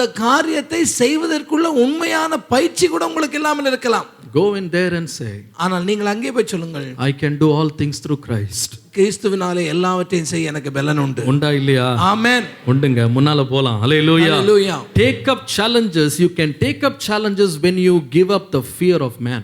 நீங்க மனுஷனுக்கு பயப்படுகிற பயத்தை விட்டுவிட்டால் சவால்களை எதிர்கொள்ள முடியும். That is what David did. தாவீது அதைத்தாங்க செய்தான். But Saul went into the trap of closing himself up and never revealing himself, coming out in the time of need, never taking up challenges because he was gripped by the fear of man. இந்த இஸ்ரவேல் ஜனத்துக்கு ஒரு தேவை வந்த பொழுது அன்றைக்கு ராஜாவாய் இருந்த சவுல் தன்னை ஒளித்துக்கொண்டு அந்த சவாலை எதிர்நோக்க முடியாத ஒரு கோழையாக அவன் அன்றைக்கு மாறி போனான். Number 3. மூன்றாவது, What will fear do to us? இந்த பயமானது நமக்கு என்ன செய்யும்? 1 Samuel chapter 18 verse 17. 1 சாமுவேல் 18ஆம் அதிகாரத்தினுடைய 17ஆம் வசனத்தை பாருங்கள். 18:17. 18ஆம் 1 Samuel 18:17. And Saul said to David, behold, my elder daughter Merab, she is here. I will give you her for your wife. only be thou valiant for me and fight the Lord's battles. For Saul said, let not my hand be upon him, but let the hand of the Philistines be upon him. 1 Samuel 18:17 என் கை அல்ல பெலிஸ்தரின் கையே அவன் மேல் விழட்டும் என்று சவுல் நினைத்து கொண்டு சவுல் தாவீதை நோக்கி, இதோ என் மூத்த குமாரத்தியாகிய மேராவை உனக்கு மனைவியாக கொடுப்பேன், நீ எனக்கு நல்ல சேவகனாய் மாத்திரம் இருந்து கர்த்தருடைய யுத்தங்களை நடத்து என்றான். Let not my hand be upon him, but let the hand of the Philistines be upon him. என்னுடைய கை அல்ல பெலிஸ்தருடைய கையே அவன் மேல் விழட்டும் என்று அவன் நினைத்தான். Now you must understand that in one singular victory of David, Saul was totally shaken to the core. He was so scared of David. இங்க தாவீது ஒரே ஒரு வெற்றியை மாத்திரம் எடுக்கிறான், ஒரே ஒரு மனிதனை மாத்திரமே அவன் ஜெயிக்கிறான். ஆனால் இந்த ஜெயத்தினாலே உண்டாகிற பயம் இந்த சவுலை ஆட்கொண்டு விடுகிறது. And then he starts doing something. இப்பொழுது இவன் ஒரு காரியத்தை செய்யணும்னு விரும்புறான். That brings us to thought number 3. இது மூன்றாவது காரியம், மனிதனுக்கு பயப்படுவதனாலே வருகிற கண்ணி. Fear of man will lead us to conspiring against people. மற்றவர்களுக்கு எதிராக சூழ்ச்சி செய்வதற்கு இந்த பயம் நம்மை தூண்டிவிடும். Fear of man will lead you to conspire evil against people. இந்த மனுஷனுக்கு பயப்படுகிற பயம் நம்முடைய உள்ளத்துல வந்தா அந்த மனுஷர்களுக்கு எதிராக நாம் சூழ்ச்சி செய்ய நம்முடைய இருதயத்தை அது தூண்டிடும். Look at Saul. இந்த சவுலை கவனிச்சு பாரு. Who are you, Saul? சவுலே, நீ யார்? You are the anointed king. நீ யார்? அபிஷேகிக்கப்பட்ட ஒரு ராஜா. You are the man in the high seat. இப்பொழுது உயர்ந்த அந்தஸ்திலே சிம்மாசனத்திலே அமர வைக்கப்பட்ட Even though David was used by God to win the battle, இந்த யுத்தத்தை ஜெயிக்கும்படி தேவனாகிய கர்த்தர் தாவீதை உபயோகப்படுத்தி இருந்தாலுமே கூட Saul is the nation's representative. இந்த தேசத்தினுடைய பிரதிநிதியாக இருக்கிறவன் சவுலே. He does not have to be afraid of David. இவன் யாரை குறித்து, விசேஷமாக தாவீதை குறித்து அவன் பயப்பட வேண்டிய He's அவசியமே just இல்லை. one little boy. அவன் யார்? ஒரு சாதாரணமான சிறு பையன். But he was so scared of a shepherd boy. இப்ப இந்த ஆடு மேய்க்கிற இந்த சின்ன பையனை பார்த்து இவன் பயந்து he started conspiring evil against a little boy. அவனுக்கு எதிராக சூழ்ச்சி செய்து அவனை கொலை பண்ண முயற்சி I believe conspiracy is just a result of someone's personal fear. ஒரு தனிப்பட்ட மனிதனுடைய பயத்தின் அடிப்படையிலே தான் இந்த சூழ்ச்சிகள் உருவாகிறது என்று நான் நினைக்கிறேன். You must understand this carefully. நீங்கள் இதை கவனித்து பார்க்க வேண்டும். Now Saul did not have the audacity, he did not have the boldness to stand up against David and challenge him. இப்பொழுது இந்த சவுல் எழுந்து தாவீதை சவாலுக்கு அழைக்கிற தைரியம் கூட அவனுக்கு இல்லை. You know what he did? அவன் என்ன செய்தான்? He went through the back door and tried to cause trouble to him, unknowing to David. இப்ப பக்க வழியா வந்து இந்த தாவீதுக்கு தெரியாம அவனை கவிழ்க்கிற முயற்சியில ஈடுபடுறான். He says, I want you to marry my daughter Merab. என்னுடைய மகள் இருக்கிறா, மேரா இருக்கிறா, அவளை நீ திருமணம் பண்ணிக்கோ. Oh, the man says, no, I'm not even worthy to be called your son-in-law. ஓ, உங்களுடைய மருமகன் என்று அழைக்கப்படுறதுக்கு எனக்கு தகுதி இல்லையே. Saul says, no, I want you to marry my daughter. என்னுடைய மகளை நீ திருமணம் பண்ணிக்கப்பான்னு சொல்றான். Oh, the words are like butter. அங்க பார்த்தா வெண்ணெயில தடவின வார்த்தையா இருக்கு. He thinks like everybody thinks, oh, king is, conferring some honor upon David. ஓ, தாவீதுக்கு எவ்வளவு பெரிய கனத்தை ராஜா கொடுக்க விரும்புறார், வெளியில பார்த்தா அப்படித்தான் தெரியுது. But inside his heart, he was scheming the death of David. ஆனா உள்ளத்தின் ஆழத்துல இவனை எப்படியாயிலும் அழிக்கிறதுக்குள்ள ஒரு முயற்சி அவன் எடுத்துட்டு இருக்கான். He said, when David marries my daughter, என்னுடைய மகளை இவன் திருமணம் பண்ணுகிற பொழுது the entire attention of Philistines will turn to David. இப்ப பெலிஸ்தருடைய முழு கவனமுமே தாவீது மேல திரும்பிடும். And they will automatically find him as an enemy and they will kill him. இப்ப இவனை முழுவதும் அவர்கள் எதிரியாக பார்த்து இவனை அழித்து விடுவார்கள். If you read 18th chapter verse 20, 20ஆம் வசனத்தை, அதே 1 Samuel 18:20 பார்ப்பீர்களானால், someone tells him that Michal, the second daughter of Saul, she loves David.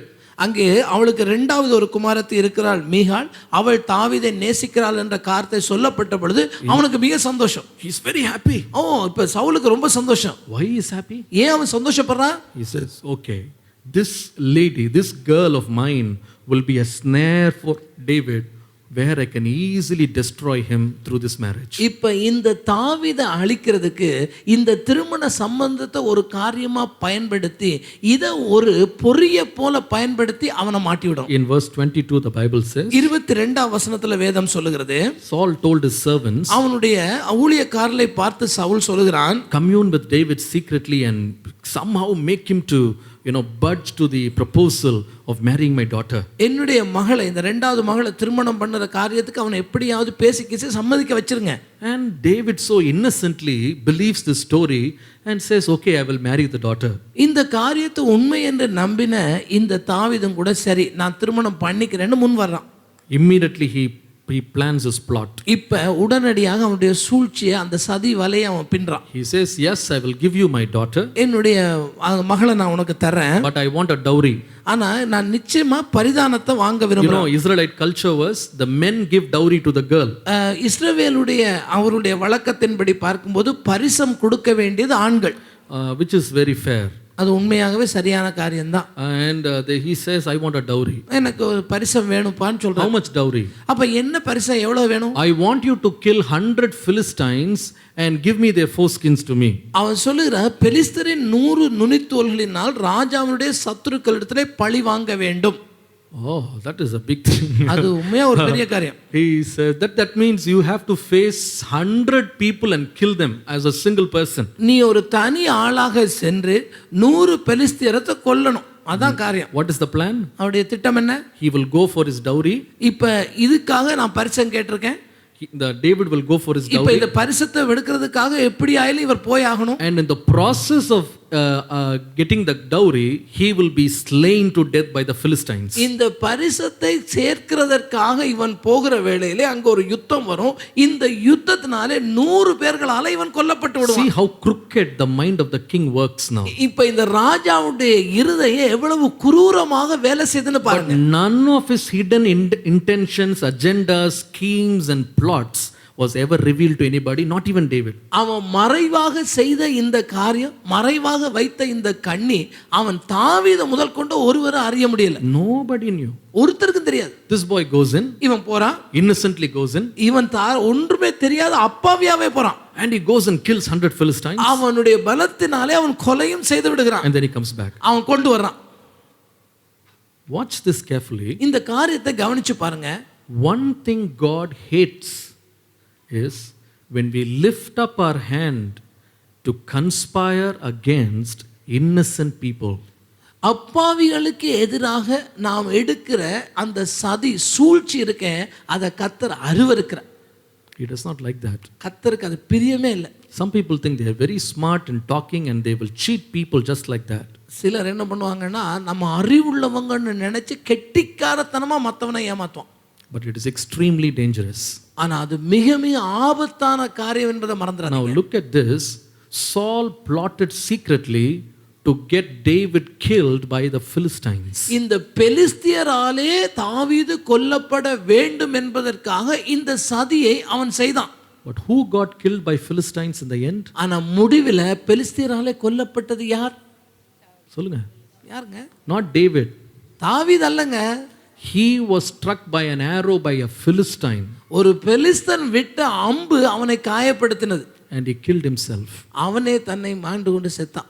David was never killed by a Philistine. ஒரு பெலிஸ்தியனாலே தாவீது கடைசி வரைக்கும் கொல்லப்படவே இல்லை. I want you to understand that God stands by the side of innocent people. தேவனாகிய கர்த்தர் ஒன்றுமே அறியாத அந்த அப்பாவிகள் பக்கத்திலே துணை நிற்கிறார் என்பதை நீங்க மறந்துடாதீங்க. Proverbs 6:16. நீதிமொழிகள் 6ஆம் அதிகாரத்துடைய 16ஆம் வசனம் பாருங்க. The Bible says 6 things God hates. தேவனாகிய கர்த்தர் அருவருக்கிற 6 காரியங்களை குறித்து சொல்லப்பட்டிருக்கிறது. 7 things are an abomination to him. அதுல 7 காரியங்கள் அவருக்கு அருவருப்பானது என்று சொல்லி இருக்கு. It says a proud look, a lying tongue and hands that shed innocent blood. அங்க 17ஆம் வசனத்தை பார்ப்பில்லானால் மேட்டுமையான கண், பொய் நாவு, குற்றமற்றவருடைய இரத்தத்தை சிந்துகிற கை. நல்லா கவனிக்கணும். நீங்க இந்த செய்தியை ஒரு எச்சரிப்பாவே நான் சபைக்கு சொல்றேன். You may not like a few people in your life. It's natural. உங்களுடைய வாழ்க்கையில சில ஆட்களை உங்களுக்கு பிடிக்காம இருக்கலாம், அது இயற்கையானது. You may not go very well, with good understanding with few people. சில ஆட்களோடு கூட உங்களுக்கு சரியான புரிந்துணர்வு இல்லாமல் இருக்கலாம். But don't get tempted as a result of fearing them to get into the place where you start scheming and conspiring their evil when they are in their innocent time. அவர்கள் இப்படிப்பட்டவர்களாக இருக்கிறதுனால நீங்க தயவு செய்து அவர்களுக்கு எதிராக எந்த விதமான சூழ்ச்சிகளையும் செஞ்சிட வேண்டாம். Many people who did all these schemes and plotting against people at their innocent moment, they never escaped the judgment of God. மற்றவர்களுடைய அப்பாவித்தனத்தை பயன்படுத்தி அவர்களை இந்த வலைக்குள்ளே சிக்க வைத்தவர்கள் அந்த வலைக்குள்ளே தாங்களே சிக்கிக் கொண்டால் என்பதுதான் உண்மை. The Bible says, if you dig a pit, you will fall thereon. வேதம் சொல்லுது, குழியை நீ வெட்டினா அந்த குழிக்குள்ள நீ தான் விழப் போற. What you sow, you will reap. நீ எதை விதைக்கிறாயோ அதைத்தான் நீ தான் அறுக்க போற. I can show you incidences after incidences. நான் எத்தனையோ காரியங்களை இன்றைக்கு வேதத்திலிருந்து உங்களுக்கு காண்பிக்க முடியும். If you see Cain, நீங்கள் காயினை பாருங்க. he had a very innocent brother. அவனுடைய சகோதரனாய் ஆபேல் சாதாரணமான ஒரு அப்பாவி. After the sacrifice, அவன் இங்கே பலி செலுத்தின பின்பு Cain was fully angry. இந்த காயின் கோபம் உள்ளவனாய் இருக்கிறான். He is upset that God did not accept his sacrifice. தேவனாகிய கர்த்தர் தன்னுடைய காணிக்கையை அங்கீகரிக்கவில்லை, அதனால அவனுக்கு கோபம். He could have actually opened it up and talked to Cain straight away. அவன் நேரடியாக Abel straight away. அவன் நேரடியாக போய் ஆபேலிடத்திலே இந்த காரியத்தை பேசி இருக்கலாம். But he did not do that. ஆனா அவன் செய்யல. He took him very softly அவனை மெதுவா கூட்டிட்டு போறான். and he made him walk along with him in the field. அவன் அங்கே வயல்வெளியிலே அவனை மெதுவாக அழைத்து கொண்டு போகிறான். Just an innocent chit chat. ஒரு சாதாரணமா உட்கார்ந்து பேசிக் கொண்டிருக்கிற வேளையிலே Brother to brother. ஒரு சகோதரன் சகோதரனோடு பேசிக் கொண்டிருக்கிற Casual walk. ஒரு சாதாரணமாக நடை பயின்று கொண்டு போகும் பொழுது Suddenly he rises up, அவன் உடனடியாக எழும்புறான். kills him. திடீரென்று எழும்பி அவனை கொலை பண்ணி போறான். It was not an instant reaction, it was a pre-planned murder. இது உடனடியாக நடந்த காரியம் அல்ல, இவன் திட்டமிட்டே இந்த கொலையை செய்தான். What was the result? முடிவென்ன? Did he live to get any blessing? அதனால ஏதாவது ஆசீர்வாதத்தை அவன் பெற்றுக்கொண்டானா? The Bible says God cursed him and said, you shall be a vagabond all the days of your life. அவன் தன்னுடைய வாழ்க்கை முழுவதும் அலைந்து திரிகிறவனாய் இருக்கிறான்ற சாபத்தை கர்த்தர் அவனுடைய வாழ்க்கையிலே சொன்னார். Look at Amnon. அம்னோனை பாருங்க. He had a sister who was very beautiful ஒரு அழகான சகோதரி அவனுக்கு இருந்தாள். and he developed a lust about her.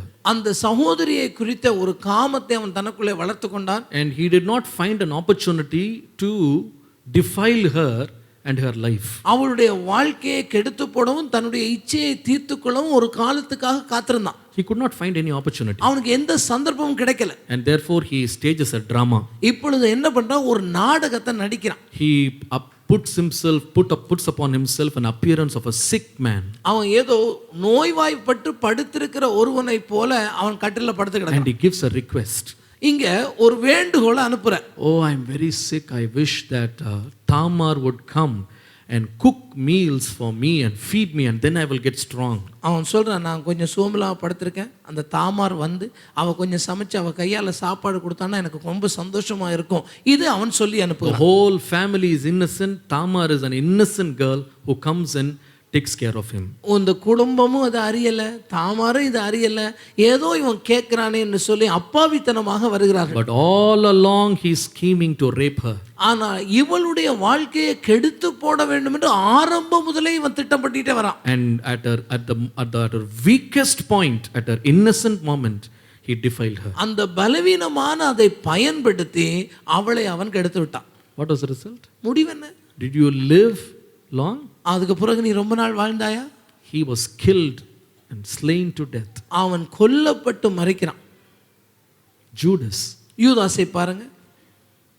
one among the 12, 12 பேரில் ஒருவராக ஆண்டவரே தேர்ந்தெடுக்கப்பட்டவன். traveled everywhere with Jesus. இயேசுவோடு கூட எல்லா இடமும் பிரயாணம் பண்ணினவன்.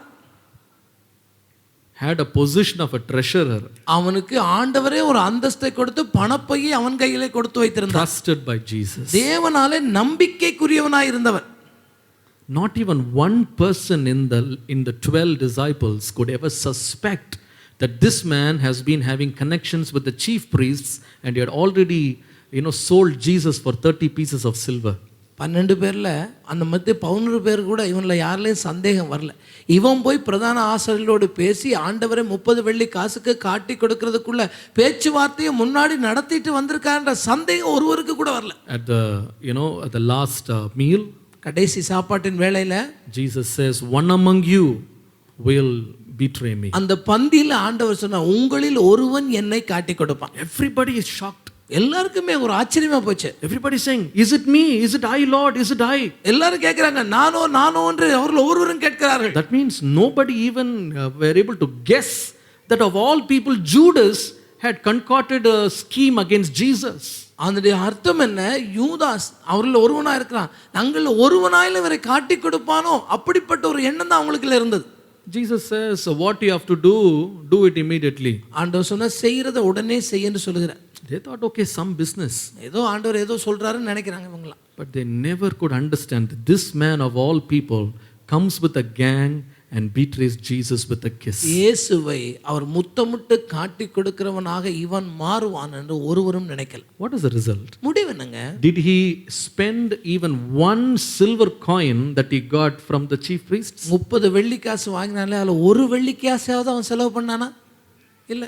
30 pieces thrown in the midst of the temple, hanged himself and died. 30 வெள்ளி காசையும் தேவாலயத்துல எரிஞ்சிட்டு போய் நான்று கொண்டு செத்தான் என்று எழுதுகிறது வேதம். Look at Haman. ஆமானை குறித்து பாருங்கள். He had one grudge with one single man, Mordecai. மொர்தெகாய் என்கிற ஒரு தனி நபரோடு அவனுக்கு விரோதம். You could have actually taken up the issue with him.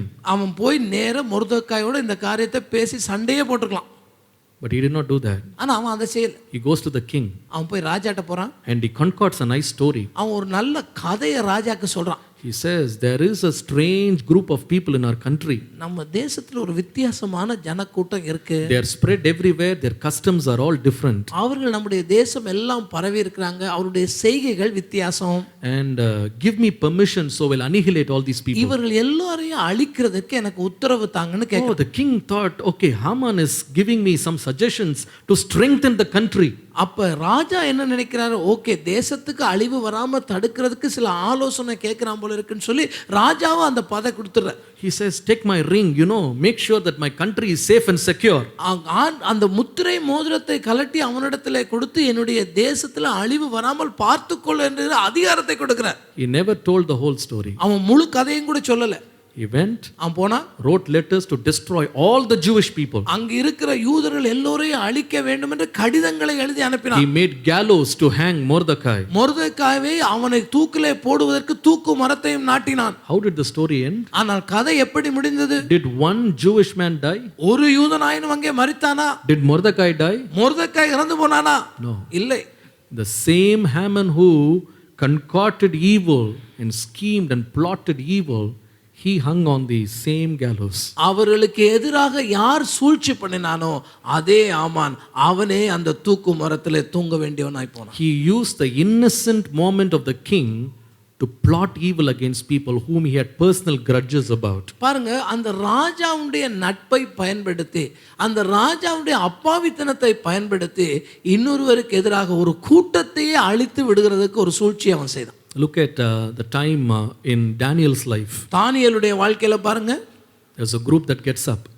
அங்க ஒரு கூட்டத்தார் எழும்புகிறார்கள். They go to the king. ராஜாட்ட போறாங்க. They say, king, you are so great. ஓ ராஜாவே, நீ ராஜா, பெரிய ராஜா அல்லவா? We want you to send a decree that no person should worship or call upon any other god besides you. உம்மை தவிர வேற யாரையுமே கடவுள் என்று அவர்கள் தொழுது கொள்ள கூடாது, இப்படி ஒரு கட்டளையை நீர் தேசம் முழுவதும் பிறப்பிக்க வேண்டும் என்று சொன்னார்கள். The king is very happy. ராஜாவுக்கு ரொம்ப சந்தோஷம். He is a king who does not know God. ஓ அன்றைக்கு ராஜா நினைச்சா, நான் கூட ராஜா ஆயிட்டேன், நான் கூட தெய்வன் ஆயிட்டேன். And he said, okay, that's fine, make it an order. அதனால ராஜா சொன்னா, சரி, இந்த அப்படியே எழுதுங்க கட்டளையை. All this scheming to put one Daniel into the lion's den.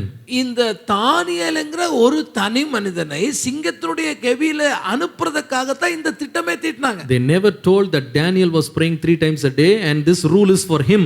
தானியேல் 3 வேளையும் ஜெபம் பண்ணி கொண்டிருக்கிறான், அவனை அழிக்கிறதற்காகத்தான் இந்த திட்டத்தை போட்டோம் என்ற அந்த உண்மையை அவங்களுக்கு சொல்லவே இல்லை கடைசி வரைக்கும். The king innocently said yes.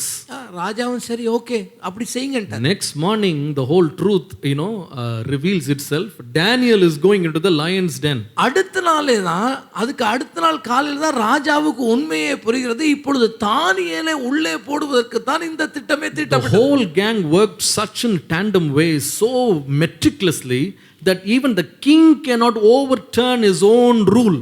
பாருங்க, ராஜா தான் போட்ட கட்டளையை மீறாதபடிக்கு அவ்வளவு திட்டமிட்டு செயல்பட்டு காரியங்கள் இப்படியே தான் நடக்க வேண்டும் என்று இறுக்கத்திலே கொண்டு வந்து விட்டார்கள். The king could not do anything. இப்ப ராஜாவுக்கு கையை ஒன்றும் செய்யறதுக்கு வழி இல்லாம Yes, they put Daniel in the lion's den. தானியேலை கொண்டு போய் சிங்கத்துடைய கெபில போட்டாச்சு. என்ன முடிவுங்க? Did he die? அங்கே முடிவு என்ன? தானியேல் இறந்தானா? The same people who plotted behind this, they were thrown in with their families and they were destroyed. அவர் யாரு அந்த தானியேலுக்கு எதிராக இந்த சூழ்ச்சியை பின்னினார்களோ அவர்களும் அவருடைய குடும்பங்களும் சிங்கத்தின் கோயிலே போடப்பட்டு அழிக்கப்பட்டு போனார். My sincere word for you. இன்றைக்கு நான் சொல்லுகிற ஒரு தாழ்மையான வார்த்தை, Please don't use your smartness to destroy people in their innocence. மற்றவருடைய அப்பாவித்தனத்தை பயன்படுத்தி உங்களுடைய கெட்டிக்காரத்தனத்தினால மற்றவர்களுக்கு எதிராக வலையை பின்னி சூழ்ச்சிகளை பின்னிடாதீங்க. Don't do that. ஒரு நாளும் செய்யாதீங்க. You have to face God's judgment. ஒரு நாளிலே தேவனுடைய நியாயாசனத்துக்கு முன்பாய் நீங்கள் நிற்க வேண்டியிருக்கும். And the curse will never go away from your home. உங்களுடைய குடும்பத்தை விட்டு அந்த சாபம் நீங்காமலே இருக்கும். There are people who do this very boldly. தைரியமாக துணிகரம் கொண்டு பலர் அதை இன்னைக்கு செய்றாங்க. In marriage, dealings. இங்க திருமண பேச்சுவார்த்தை நடக்கிற வேளையில, Oh, how much, people are so cunning. அவங்க எவ்வளவு விதமா இந்த காரியத்தை செய்றாங்க தெரியுமா? கன்னிங்கா பண்றாங்க. ரொம்ப திட்டமிட்டு தந்திரமா செய்றாங்க. அவங்க நினைக்கிறாங்க ஐ அம் வெரி ஸ்மார்ட். அவர்கள் என்ன நினைக்கிறாங்க? கெட்டிக்காரத்தனமாக இந்த டீலிங்கை முடிச்சோன்னு நினைக்கிறாங்க. Your smartness will destroy you. ஆனா உங்களோட கெட்டிக்காரத்தனமே உங்களுக்கு அழிவை கொண்டு வந்துரும். God is not going to bless smart people. He blesses sincere people. ஆண்டவராகிய தேவன் கெட்டிக்காரர்கள் அல்லங்க, உண்மையான மனிதனை தான் ஆசீர்வதிக்கிறார். Hallelujah. ஹalleluya. நீ கெட்டிக்காரனா இல்லாம இருக்கலாம்ப்பா. உண்மையா இருங்க. ஆமென். உண்மையா இருங்க. இதுல வலை பின்னி அதுல விலை பின்னி ஒரு ஏமாளியை பார்த்து அவன் வெகுலிங்க. சில பேர் he does not know anything. அவனுக்கு ஒன்றும் தெரியாதுங்க. அவனை எப்படி வேணா ஏமாத்தலாம். நீங்க ஏமாத்திடலாம். கர்த்தர் விட மாட்டாரு, பின்னாலே வருவாரு. The blood of the innocent Abel is crying up to me. ஆண்டவராகிய தேவன் சொன்னார், ஆபேலுடைய ரத்தம் என்னை நோக்கி கூப்பிடுகிறது. Don't ever try to be so bold enough to go and do something evil when people don't even suspect evil from you. நீங்கள் இப்படிப்பட்ட காரியத்தை செய்வீர்கள் என்று கூட ஜனங்கள் சந்தேகப்படாத இருப்பாங்க. அப்படிப்பட்ட நேரத்தை பயன்படுத்தி நீங்க அவர்களுக்கு அழிவுகளை வரவழைத்து விடாதீங்க. Saul, with the fear of David, schemed his destruction. இந்த தாவீதுக்கு பயந்ததினாலே அவனை எப்படியாயிலும் ஒழித்து விடுவதற்கு ஒரு சூழ்ச்சியை இந்த சவுல் செய்தான். That is what the snare of the fear of man will do. அதுதாங்க மனுஷனுக்கு பயப்படுகிறதுனால வருகிற கண்ணி. இந்த கண்ணி நமக்கு வேணாம். மனுஷனை பார்த்து பயப்படாதீங்க, கர்த்தருக்கு பயந்துருங்க. ஆமென். அல்லேலூயா. சூழ்ச்சி பண்ணி என்னங்க சம்பாதிக்க போகிறோம்? சில பேர் 2 வார்த்தை பேசுவாங்க, அதில் எவ்வளோ உண்மை கேடு தெரியுமா? கடன் வாங்குற கேட்குறதுக்கு கொடுக்குற பொய் எவ்வளோ பொய். நேராக சொல்லிட்டு போங்க, எனக்கு கடன் வேணும். ஒருத்தன் மேலே ஒரு விரோதம் இருக்கா, நேரடியாக காரியங்களை பேசி தீர்த்துருங்க. இன்டைரக்டாக போய் அவனை அழிக்கிறதுக்கு ஸ்கீம் பண்ணாதீங்க. கர்த்தர் மன்னிக்க மாட்டார். நம்ம அறியாமல் பாவங்களை செஞ்சிடறோம், கர்த்தர் மன்னிப்பார். ஆனால் துணிகரமாக அறிஞ்சு நம்ம ஒருத்தருக்கு மேலே சூழ்ச்சி பண்ணுவோமானா கர்த்தர் அந்த பாவத்தை நம்மளோட நீங்க விட மாட்டார், ஜட்ஜ்மெண்ட்டை கொண்டு கொடுத்துருவார். அது ரொம்ப பரிதாபம். என்னென்னா, நாம் என்ன சூழ்ச்சி பண்ணுறோமோ அதே வலையில் நம்மளையும் நம்ம குடும்பத்தையும் ஆண்டு விழ வச்சிருவார். அதுலேருந்து மீள்றது ரொம்ப கஷ்டம். யாரை பற்றி எனக்கு சூழ்ச்சி வேணாம்ப்பா, நீ எவ்வளோனா வளர்ந்துட்டு போ, என்னால் உனக்கு தீமை வராது. நான் மறைமுகமாக, சில பேர் முகத்தில்ப்பா என்ன சிரித்து பேசுவாங்க. Praise lord pastor, praise lord brother, நல்லா தான் இருக்கும். உள்ள வளர்றியே, நீ நல்லா இருக்கிறியே, உன்னை என்ன பண்ணுறான் பாரு அப்படின்னு நினைக்காதீங்க. எது இருந்தாலும் நேரடியாக பேசுங்க. உங்கள் குடும்பத்தார்ட்ட கூட நேரடியாக பேசுங்க. மறைமுகமாக சூழ்ச்சிகள் பண்ணால் கர்த்தர் நியாயம் தீர்ப்பார். God always stands with the innocent people. He will judge the cause of the innocent people. தேவனாகிய கர்த்தர் அந்த குற்றமில்லாதவர்கள் கூட நின்று நம்மை நியாயம் தீர்ப்பார். We should not shed innocent blood. நாம் குற்றமில்லாதவருடைய இரத்தத்தை நாம் சிந்திவிடவே கூடாது. Last, I want to finish with this. நான் இதோடு கூட முடித்துவிட விரும்புகிறேன். 1 Samuel 28 and verse 5. 1 சாமுவேல் 28ஆம் அதிகாரத்தினுடைய 5வது வசனம். When Saul saw the host of Philistines, he was very afraid and his heart trembled. Saul பெலிஸ்தரின் பாளையத்தை கண்டபொழுது பயந்தான், அவன் இருதயம் மிகவும் தத்தளித்துக் கொண்டிருந்தது. Verse 7. 7வது வசனத்தை பாருங்கள். Seek me a woman that has a familiar spirit, that I may go to her and inquire of her. அப்பொழுது சவுல் தன் ஊழியக்காரரை நோக்கி, அஞ்சனம் பார்க்கிற ஒரு ஸ்திரியை தேடுங்கள், நான் அவளிடத்தில் போய் விசாரிப்பேன் என்றார். Number 4. 4வது காரியம். Fear of man will make us corrupt ourselves with iniquity. பாருங்க, இந்த மனிதனுக்கு பயப்படுகிற பயம் நம்மை கரைப்பட்டவர்களாக மாற்றிவிடும். It will make us corrupt ourselves with the demonic forces. எப்படிப்பட்ட, அதாவது அஞ்சனம் பார்க்கிற அல்லது பிசாசுக்கு அடுத்த காரியங்களை கொண்டே நம்ம ஈடுபட வச்சு நம்ம கரைப்படுத்தி விடும். Saul, who are you? சவுலே, நீ யார்? The Bible says he was anointed by a prophet Samuel. நீ சாமுவேல் என்று சொல்லுகிற தீர்க்கதரிசியினாலே அபிஷேகம் பண்ணப்பட்டவன் அல்லவா? There was a time when Saul himself became one among the prophets. He prophesied. அங்கே சவுல் கூட ஒரு இடத்திலே தீர்க்க தரிசனம் சொன்னான் என்று கூட நாம் வாசிக்கிறோம். He had all these spiritual experiences. அவனுக்கு எல்லா ஆவிக்குரிய அனுபவங்களும் இருந்தது. But he went through the fear of man. ஆனா மனிதனுக்கு பயப்படுகிற பயம் அவனுக்குள்ள ஒரு நாள் What வந்தது. snare came into his life? அவனுடைய வாழ்க்கைக்குள்ள வந்த இந்த கண்ணியினால Instead of going to God, அவன் தேவனிடத்திலே போகாமல், instead of waiting upon God, கர்த்தருக்காய் காத்திருக்காமல், instead of clearing his path with God, தேவனோடு கூட தன்னுடைய வாழ்க்கையினுடைய பாதையை சரிபடுத்திக் கொள்ளாமல் he goes to a sorcerer. ஒரு அஞ்சனம் பார்க்கிற குறி சொல்லுகிற பெண்ணிடத்திலே போகிறான். He goes to a woman with a familiar spirit. அந்த பெண் எப்படிப்பட்டவள்? அவள் அஞ்சனம் பார்க்கிறவர், குறி சொல்லுகிறவள். இன்னைக்கு ரொம்ப ஜாக்கிரதையா இருக்கணும் விசுவாசிகள் கூட. மனுஷனுக்கு பயப்படுற பயம் நமக்கு வந்துருச்சுன்னா ஜாக்கிரதையா இருக்கணும். அதை நம்ம வாழ்க்கை விட்டு எடுத்துடணும். கர்த்தருக்கு பயப்படணும், மனுஷனுக்கு பயப்படக்கூடாது. மனுஷனுக்கு பயப்பட ஆரம்பிச்சிட்டிங்க, பிசாசு வலையை கொண்டு வந்துடுவான். இவன் பாருங்க, இவ்வளோ பேர் அபிஷேகம் பெற்றவன் போய் அஞ்சனம் பார்க்குற ஸ்திரீட்ட உட்காந்துருக்கான். There was a time the same Saul killed all the people who were dealing with familiar spirits and all these sorcerers and these witches and all that. ஆனால் இவனுடைய ஆரம்ப காலத்தை பார்த்தால், இதே சவுல் ராஜாவான பொழுது அவனுடைய தேசத்தில் இருந்த அஞ்சனம் பார்க்கிறவர்கள், குறி சொல்லுகிறவர்கள் எல்லாரையுமே தேசத்தை விட்டே துரத்தினான். Very sad. Sometimes born again believers go and listen to parrots, for their how their life will be, how their future will be. துக்கமான காரியம் என்ன? மறுபிறப்பின் அனுபவத்தை அடைந்த விசுவாசிகள், ரட்சிக்கப்பட்ட விசுவாசிகள் கிளி ஜோசியம் பார்க்க போறாங்க. They go and say, what is written in my hand? Go for palmistry. அவங்க கையை நீட்டி அவங்க கையில என்ன எழுதியிருக்கு அவங்க என்ன பார்க்கறாங்க? ரேகை சாஸ்திரம் பார்க்க போறாங்க. Very sad, very sad. யார்? விசுவாசிகள் போறாங்க, அதனால துக்கமா இருக்கு. Sometimes I hear stories where believers go to dargahs to see who has done what for them. தங்களுக்கு எதிராக யாராவது சூனியம் வச்சுட்டாங்கன்னு விசாரிக்க தர்காவுக்கு போகிற விசுவாசிகளை குறித்து நான் கேள்விப்படுகிறேன். Once I happened to go to a house dedication.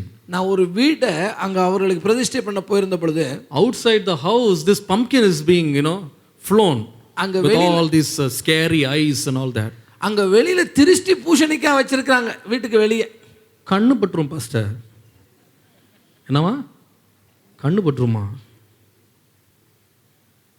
விசுவாசி நாள் நட்சத்திரம் பார்த்துக்கிட்டு யமகண்டம், ராகுகாலம், நல்ல நாள், கெட்ட நாள், ஆடி மாதம், ஆடாத மாதம், என்னங்க இது? உலகத்தான் கேட்டாங்க. நம்ம ஆளுங்க பண்ணுற சேட்டெல்லாம் கொஞ்சம் நெஞ்சம் கிடையாது. நீ யாருப்பா? நீ ரட்சிக்கப்பட்டவன். பேய்களுடைய காரியத்தில் நீ எதுக்கு தலையிடுற? அவனுக்கு என்னென்னமோ இருக்கலாம். எல்லா நாளும் கர்த்தர் உண்டு பண்ணின நாள் அதானே. நமக்கு எதுக்கு நாள் நட்சத்திரம்? நல்ல நாளாக பார்த்து சொல்லுங்க பாஸ்டர். எல்லா நாளும் நல்ல நாள் தாம்மா. நல்ல நாளாக பார்த்து சொல்லணுமா? புதன்கிழமை வைக்கலாம் பாஸ்டர், செவ்வாய்க்கிழமை வேணாம். என் கல்யாணம் செவ்வாய்க்கிழமை தான் நடந்துச்சு. எனக்கு என்ன குறை? எதாவது குறை இருக்கா? ஏங்க பயப்படுறீங்க? மனுஷனுக்கு பயந்தீங்கன்னா இது எல்லாத்துக்கு பின்னால் நீங்கள் போவீங்க. ஐயோ ஏதாவது ஆகிட போகுது, ஏதாவது ஆகிட போகுது. பிரதர் தகடு வச்சுட்டான். பிரதர் தகடு வச்சா என்னப்பா? ஏதாவது கூரை போட முடிஞ்சா கூரை போடு, தகடு தானே. மைய தேய்ச்சிட்டான் பிரதர், தேய்ச்சிட்டு போகிறான். உன் செலவா என்ன, அவன் செலவு பாவம். எலுமிச்சம்பழம் வச்சான், என்ன பண்ண முடியும்? ஏதோ ஒன்று தடவிட்டு அவள்கிட்ட ஜூஸ் போட்டு குடிச்சிடலாம். ஏங்க பயப்படுறீங்க அதை பார்த்து? அதை வச்சுட்டான், இதை வச்சுட்டான். மனுஷனுக்கு ஏன் பண்ணி பயப்படுற? மனுஷனுக்கு ஏன் பயப்படுற? தேங்காய் உடச்சி வச்சான், அதை வச்சான், இதை வச்சான், ஏன் பயப்படுற? நமக்குள்ளே இருக்கிறவர் பெரியவர். ஆமென். The God inside us is great. No witchcraft will work for us. நமக்குள்ளே இருக்கிற தேவன் பெரியவர். நமக்கு எதிராக எந்த மந்திரமும் குறி சொல்லுதலும் இல்லவே இல்லை. Listen to me carefully. Listen to me carefully. நான் சொல்லுகிற காரியத்தை தயவு செய்து கவனிங்க. The moment you believe in the power of witchcraft, it will work. நீங்க இந்த சூனியத்தின் மேல, இந்த மந்திரத்தின் மேல நம்பிக்கை வச்சீங்கன்னா அது உங்களுக்கு வேலை செய்யும். கண்டிப்பா, நான் கேரண்டி கொடுக்குறேன், கண்டிப்பா வேலை செய்யும். நீங்க எதை விசுவாசிக்கிறீங்களோ விசுவாசின்படியே நடக்கும். எனக்கு மந்திரம் வச்சிருச்சு நீங்க விசுவாசிச்சீங்கன்னா அந்த மந்திர சக்தியில் தான் வாழ்நாளெல்லாம் நீங்க ஓட்டணும் கதை. அதனால யாராவது வந்துருவாங்க உங்க வீட்டுக்குள்ள, அவன் வாழ்நாளெல்லாம் கட்டை உடைச்சிக்கிட்டே உட்காந்துருப்பான். கட்டை உடைக்கிறானா இப்போ 45 கட்டு 95 கட்டு சொல்லிட்டு இருக்காங்க. எப்படி தான் பார்க்குறாங்களோ தெரில. பார்த்த உடனே டக்குன்னு 95ன்றான். எப்படி தான் என்றானோ தெரில. நம்பர் போட்டிருக்கும் போல இருக்கு. டக்குன்னு சொல்கிறான் 95 கட்டு இருக்குது, 40 நாளில் 2 இன்ஸ்டால்மெண்ட்டில் உடச்சி விட்றேன். சவுல் போய் உட்காந்துருக்கான். அஞ்சனம் பார்க்குற ஸ்திரீட்டை உட்காந்துட்டு அவள் சொல்கிறத கேட்டு உட்காந்துருக்காங்க. நீ யாருப்பா? நீ அபிஷேகம் பெற்ற மனுஷன், தலையின் மேலே அபிஷேகம் கர்த்தர் கொடுத்தாரு, அதை மறந்துட்டியே நீனு? அஞ்சனம் பார்க்குற ஸ்திரீகிட்ட போய் உட்காந்து எனக்கு ஒரு பேயை எழுப்புங்க, சாமுவேலை எழுப்பி வந்து என் வாழ்க்கை எப்படி இருக்குன்னு சொல்லுங்கன்னு போய் உட்காந்துருக்கான். கர்த்தர் எங்கேப்பா போனார் உன்னை விட்டு? கர்த்தரை திரும்ப தான் வாழ்க்கையில் வரவழைக்கணும்னு தெரியல பாருங்க அவனுக்கு. மனுஷனுக்கு பயந்து யுத்தம் வந்துருச்சான், பயந்து போய் மனுஷனை தேடி போனான். அவன் வாழ்க்கை செழிப்படையவே இல்லைங்க. மனுஷனுக்கு பயப்படாதீங்க. நமக்கு விரோதமாய் உருவாக்கப்படும் ஆயுதம் வாய்க்காதே போ. நீங்கள் வாசிங்க, இப்போ வாசித்து பாருங்க. This is an abomination to God. இது தேவனுக்கு அருவருப்பு என்பதை நீங்கள் கவனிக்க வேண்டும். Deuteronomy 18 verse 10. நீங்கள் உபாகமத்தின் புஸ்தகம் 18ஆம் அதிகாரம் 10ஆம் வசனம் பாருங்க. 9 to 12 actually. உண்மையாகவே 9 இலிருந்து 12 வரை உள்ள When you வசனங்களை go into பார்த்தால், the land which God gives you, you shall not learn to do after the abominations of these nations. There shall not be found among you anyone that maketh his son or his daughter pass through fire, or uses divination, or observer of times, or an enchanter, or a witch, or a charmer, or a consulter with familiar spirits, a wizard, or a necromancer. All that do these things are an abomination to God. உபாகமத்தின் புஸ்தகம் 18ஆம் அதிகாரம் 9 இலிருந்து 12 வரைக்கும். உன் தேவனாகிய கர்த்தர் உனக்கு கொடுக்கும் தேசத்திலே நீ போய் சேரும்போது அந்த ஜாதிகள் செய்யும் அருவருப்புகளின்படியே செய்ய கற்றுக்கொள்ள வேண்டாம். தன் மகனையாவது தன் மகளையாவது தீக்கடக்க பண்ணுகிறவனும், குறி சொல்லுகிறவனும், நாள் பார்க்கிறவனும், அஞ்சனம் பார்க்கிறவனும், சூனியக்காரனும், மந்திரவாதியும், சன்னதக்காரனும், மாயவித்தைக்காரனும், செத்தவரிடத்தில் குறி கேட்கிறவனும் உங்களுக்குள்ளே இருக்க வேண்டாம். எப்படி ஆண்டவர் தெளிவாக சொல்லியிருக்காரு பாருங்க. வீட்டில் போய் இன்னொரு முறை கொஞ்சம் பொறுமையாக வாசித்து பாருங்க. அப்போவுமே அதெல்லாம் இருந்திருக்கு. செத்தவன்ட்ட குறி கேட்குறது தான். மந்திரம் பண்ணுறவன், மாயவித்தை பண்ணுறவன், இவனோடலாம் நீ சம்மந்தப்படாது. ஏன்னா இது கர்த்தருக்கு அருவருப்பு. அருவருப்பு. இன்னைக்கு பிள்ளைகளை கொண்டு வர்றாங்க, ஜஸ்ட் பார்ன் பேபிஸ், 2 கன்னத்தில் கருப்பாக பொட்டு அடிச்சிருக்காங்க. நான் கேட்டேன், ஏங்க இந்த சேட்டை? இது இப்போ தேவதூத மாதிரி இருக்க குழந்தை, இது என்ன கருப்பா? சிரிக்கிறாங்க. என்ன சிரிக்கிறீங்கன்னா, கண்ணு பட்டுருமா? எனக்கு அதை பார்த்த பிறகு தான் எனக்கு அது பார்த்த மாதிரி ஏதோ படுற மாதிரி இருக்குது. எனக்கு கண்ணு பட்டுரும். எங்க கர்த்தர் நம்மை காக்கிறார், நம்ப முடியலையா? கண்ணு பட்டுரும் 2 இதில் இவ்வளோ பெரிய பொட்டை வச்சு பிசாசு மாதிரி கொண்டு வச்சுருக்காங்க பிள்ளைய. கையில் கருப்பு கயிறு. ஏன் கயிறு தான் உங்களை காப்பாற்றுமா? என்னங்க இது? பிசாசு எப்படி நம்மளை வஞ்சிக்க முடியும் பாருங்க. ஜாக்கிரதையாக இருக்கணும் விசுவாசிகள். உலகத்துக்கு பின்னால் போயிடாதீங்க. பிசாசுக்கு இடம் கொடுக்காதீங்க. கர்த்தரை நம்புங்க, அவருக்கு பயப்படுங்க. மனுஷன் எனக்கு என்ன செய்வான்? அதனால தான் we read in Numbers 23:23, no enchantment is against Jacob, no divination against Israel. Don't be afraid. எண்ணாகமத்தின் புஸ்தகம் 23ஆம் வசனம் 23 வாசிக்கிறோம். இஸ்ரவேலுக்கு எதிராக குறி சொல்லுதலும் இல்லை, அவனுக்கு எதிரான மந்திரமும் இல்லை. ஹல்லேலூயா, ஹல்லேலூயா. உங்களுக்கு இருக்குன்னு நம்புறீங்களா, இல்லைன்னு நம்புறீங்களா? நிறைய பேருக்கு இன்னும் கொஞ்சம் நடுவில் சந்தேகம் வருது. லைட்டாக வருது. பிரதர் இன்னைக்கு காலைல பக்கத்து வீட்டுக்காரன் முறைச்சிக்கிட்டே போனான் பிரதர், கொஞ்சம் லைட்டாக பயமாக இருக்குது, அவன் ஏதோ பண்ணியிருப்பான் போல இருக்கு. லைட்டாக கொஞ்சம் பயமாக இருக்குது, பயப்படாதீங்க. நீங்கள் பயந்தீங்க அதில் விழுந்துருவீங்க. மனுஷனுக்கு பயப்படாதீங்க. யாருக்கு பயப்படணும்? கர்த்தருக்கு மாத்திரம். சொல்லுங்கள், மனுஷனுக்கு நான் பயப்பட மாட்டேன். ஆமென். அவன் என்னன்னா மிரட்டிட்டு போட்டுங்க. எங்களை பற்றிலாம் எவ்வளோ சொல்லியிருக்காங்க. எங்களை பற்றி, குடும்பத்தை பற்றிலாம் நிறைய பேர் வந்து சொல்லியிருக்காங்க. உன்னை அழிச்சிருவேன், நாசமாக்கிடுவேன். என்னன்னா பண்ணிட்டு போப்பா, உன்னை ஏன் நான் பார்க்க போகிறேன்? ஏன்னா பயப்படுற கர்த்தர் ஒருத்தர் இருக்கிறார். நம்ம ஏன் மனுஷனுக்கு பயப்படணும்? அவன் என்ன வேணால் செஞ்சுட்டு போட்டோம், அது நமக்கு வேலை செய்யாது. ஆனால் the moment you fear man, the powers of evil will start working inside you. நீங்கள் எப்பொழுது மனிதனுக்கு பயப்படுகிற பயப்பை உங்களுக்கு கொண்டு வர்றீங்களோ அப்பொழுது இந்த தீய சக்திகள் உங்களுக்குள்ள வேலை செய்ய ஆரம்பிச்சு. God has not given us a spirit of fear. தேவனாகிய கர்த்தர் நமக்கு பயத்தின் ஆவியை தரவே இல்லை. நமக்கு தெளிந்த புத்தியை கொடுத்திருக்கிறார். ஆமென். அன்புள்ள ஆவியை கொடுத்திருக்கிறாரு, பலமுள்ள ஆவியை கொடுத்திருக்காரா இல்லையா? ஏங்க பயப்படணும் நம்ம? அது மற்றவனுக்கு வேலை செய்யும், நமக்கு வேலை செய்யாது. வேலை செய்யுமா? வேலை செய்யாதா? வேலை செய்யாதுங்க, வேலை செய்யவே செய்யாது. That's why Satan told God. அதனாலே தான் அங்கே சாத்தான் ஆண்டவரை பார்த்து சொல்லுகிறான், I am not able to touch anything regarding Job because you have created a hedge around him. நீர் அந்த யோபுவை சுற்றியும் வேலி அடைத்திருக்கிறதுனால என்னால உள்ள போய் ஒரு காரியத்தையும் செய்ய முடியல. நீங்க அதை நம்புங்க. ஆமென். God has created a compound wall around me. என்னை சுற்றிலும் கர்த்தர் அரணை அமைத்திருக்கிறார். அமைச்சிருக்கிறாரா இல்லையா? ஆமென். You should not cross the compound wall and go Kerala மந்திரவாதி. நீங்க அரண்களை தாண்டி போய் கேரளாவுக்கு போய் மந்திரவாதியை தேடாதீங்க. Don't do it. நீங்க செய்யாதீங்க. Don't do it. Don't even believe it. அதை நீங்க நம்ப கூட வேண்டாம். Don't even receive it in your heart. அது உங்களுடைய இருதயத்துல ஏற்றுக்கொள்ள கூட வேண்டாம். யாராவது வந்து சொன்னாங்கன்னா, செய்யறவன் செய்யட்டும் பிரதர், கர்த்தர் நம்மோடு இருக்கிறார். ஆமென். அப்படி சொல்லணும். அப்படியா செஞ்சுட்டாங்க, கர்த்தர் வெளிப்படுத்தினாரா? அப்படியா? இயேசுவே இயேசுவே நீங்கன்னா முடிஞ்சது. உங்கள் கஷ்டகாலம் ஆரம்பிச்சிச்சுன்னு அர்த்தம். அவங்க என்னன்னா சொல்லிட்டு போகிறாங்க. அப்படியா? சிரிச்சுட்டு ஆண்டவர் நகைப்பா. ஹல்லேலூயா. எனக்கு விரோதமாய் அவர்கள் சூழ்ச்சி பண்ணும்போது கர்த்தர் நகைப்பா. ஆமென். அவர்களை பிடுங்கி போடுவோம், அவர்களுடைய சிங்காசனங்களை கவிழ்த்து போடுவோம் ஜனங்க சொல்கிறாங்களா? வானத்தில் இருக்கிற கர்த்தர் நகைப்பா. நீங்களும் அவரோட சேர்ந்து சிரிச்சிருங்க. பயந்து கண்ணீர் வடித்து அப்படியே உதறிடாதீங்க. கர்த்தர் நம்மோடு இருக்கிறார்.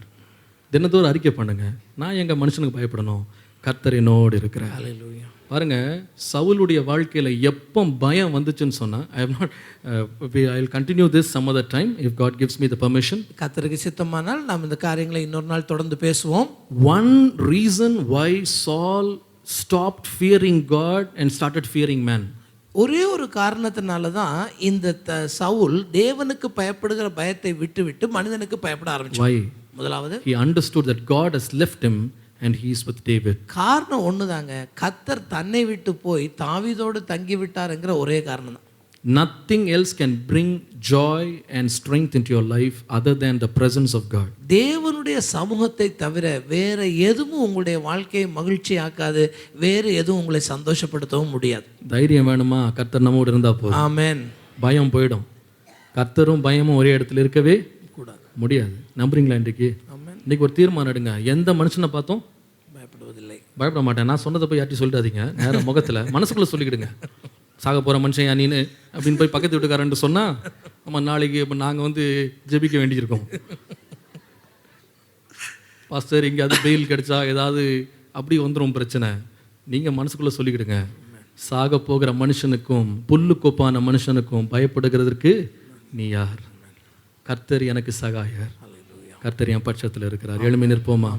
Let's stand up. நாம் எழுந்து நிற்போம். There are 3 other thoughts. We will see it whenever we have time. இன்னும் 3 காரியங்களை நான் சொல்ல வேண்டும். கர்த்தருக்கு சந்தர்ப்பம் கிடைக்கிற பொழுது. This morning, இந்த காலை வேளையிலே the Lord wants you to be delivered from the fear of man. நீங்கள் இந்த காலை வேளையிலே மனுஷனுடைய பயத்திலிருந்து நீங்கள் விடுதலையாக வேண்டும் என்று கர்த்தர் விரும்புகிறார். Why?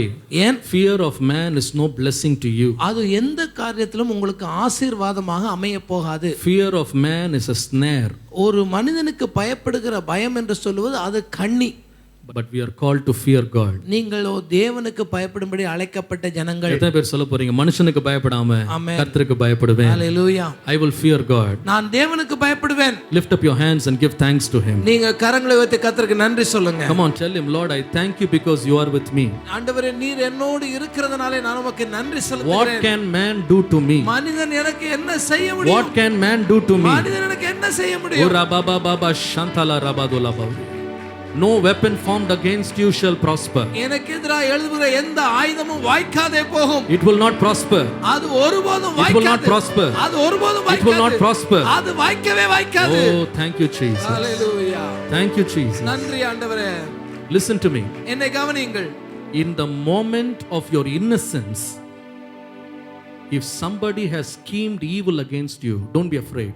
உங்களுடைய பலவீனத்தை பயன்படுத்தி யாரோ ஒருவர் உங்களுக்கு எதிராக ஒரு சதியோ சூழ்ச்சியை செய்திருந்தால் அதை குறித்து நீங்க பயப்படாதீங்க.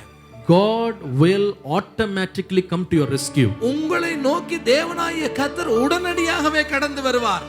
உங்களுக்கு சகாயம் பண்ணுவார். ஆமென். உங்களுக்காய் வழக்காடுவார். ஆமென். உங்களுக்காய் யுத்தம் பண்ணுவார். ஆமென். ஹalleluya. ஹalleluya. உனக்கு எதிராய் வருகிறவர்கள் இல் பொருள் ஆவார்கள். Yes Lord. நீ தேடியும் காணாதபடி கர்த்தரை விரட்டி போடுவார். ஆமென்.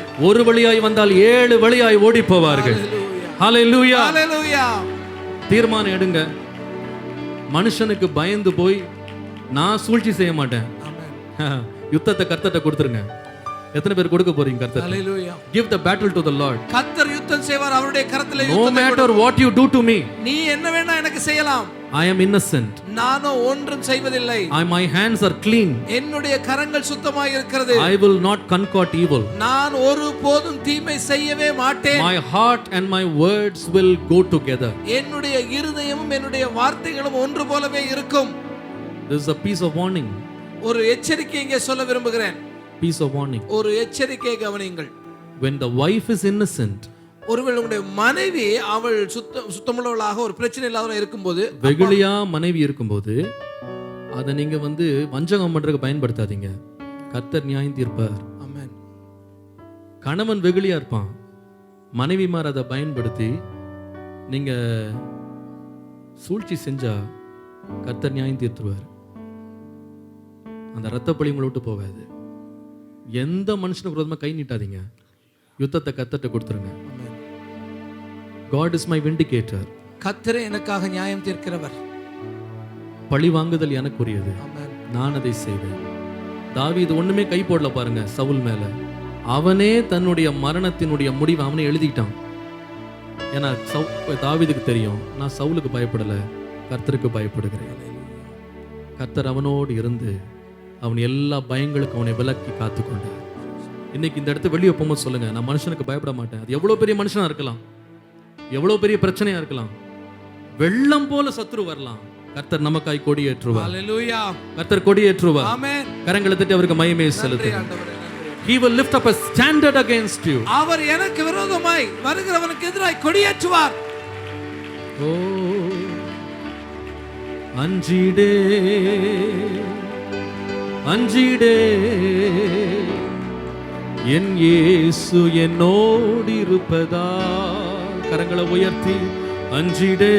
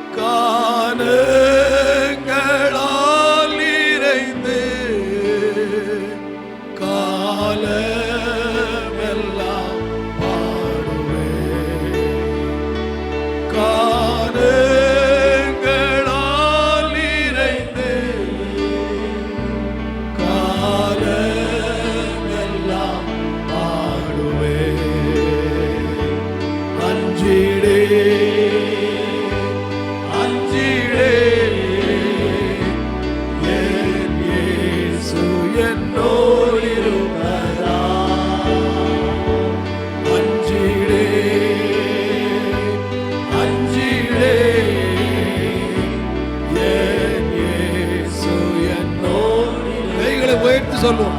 அஞ்சிடே அஞ்சிடே என் இயேசு என்னோடு இருப்பதால். அஞ்சிடே. Yes, Lord. Glory, hallelujah.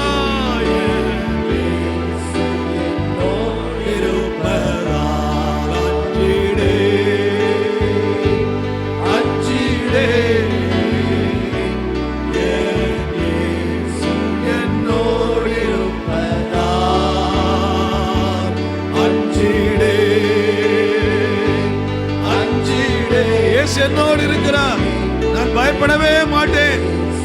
என்னோடு இருப்பதால் அஞ்சிடே அஞ்சிடே என் இயேசு என்னோடு இருப்பதால் அஞ்சிடே. பயப்படவே மாட்டேன் ஆண்டவரே, நீர் என்னோடு இருக்கிறீர், நீர் என்னோடு இருக்கிறீர். சொல்லுங்கள், என்னோடு இருக்கிறீர்.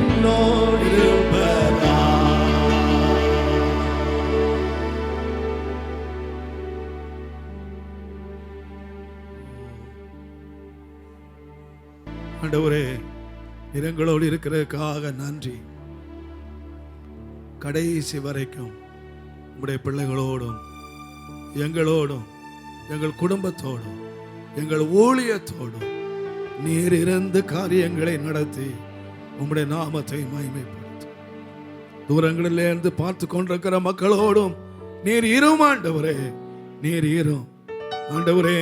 உம்மை வெளியேற்றுகிற எந்த அருவருப்பான காரியங்களும் எங்கள் தனி வாழ்க்கையிலேயோ குடும்பத்திலேயோ ஊழியத்திலேயோ நடந்து விடாதபடி தேவனே எங்களுக்குண்டான எல்லாவற்றையும் நீர் வேலி அடைப்பீராக. கர்த்தராகிய நான் அதை காப்பாற்றி அதற்கு அடிக்கடி தண்ணீர் பாய்ச்சி ஒருவரும் சேதப்படுத்தாதபடிக்கு அதை வேலி அடைத்து காப்பேன் என்று சொன்ன தெய்வத்தினுடைய தயவுள்ள கரங்களிலே நாங்கள் உம்முடைய வேலிக்குள்ளே அடைக்கப்பட்ட தோட்டங்களாக, மறைவு கட்டப்பட்ட நீரூற்றுகளாக உம்முடைய சமூகத்தில் நாங்கள் காணப்பட பாதுகாப்பாய் இருக்க என்னுடைய கரத்திலிருந்து ஒருவனும் அவைகளை பறித்துக் கொள்வது இல்லை என்ற வசனத்தின்படி ஒன்றும் எங்களை பறித்துக் கொள்ளாதபடி உம்முடைய கரத்திலே நாங்கள் பத்திரமாய் இருக்க ஆசீர்வதியும், பாதுகாத்துக் கொள்ளும், கிருபைக்குள்ளே வைத்துக் கொள்ளும். இயேசுவின் நாமத்தில் பிதாவே.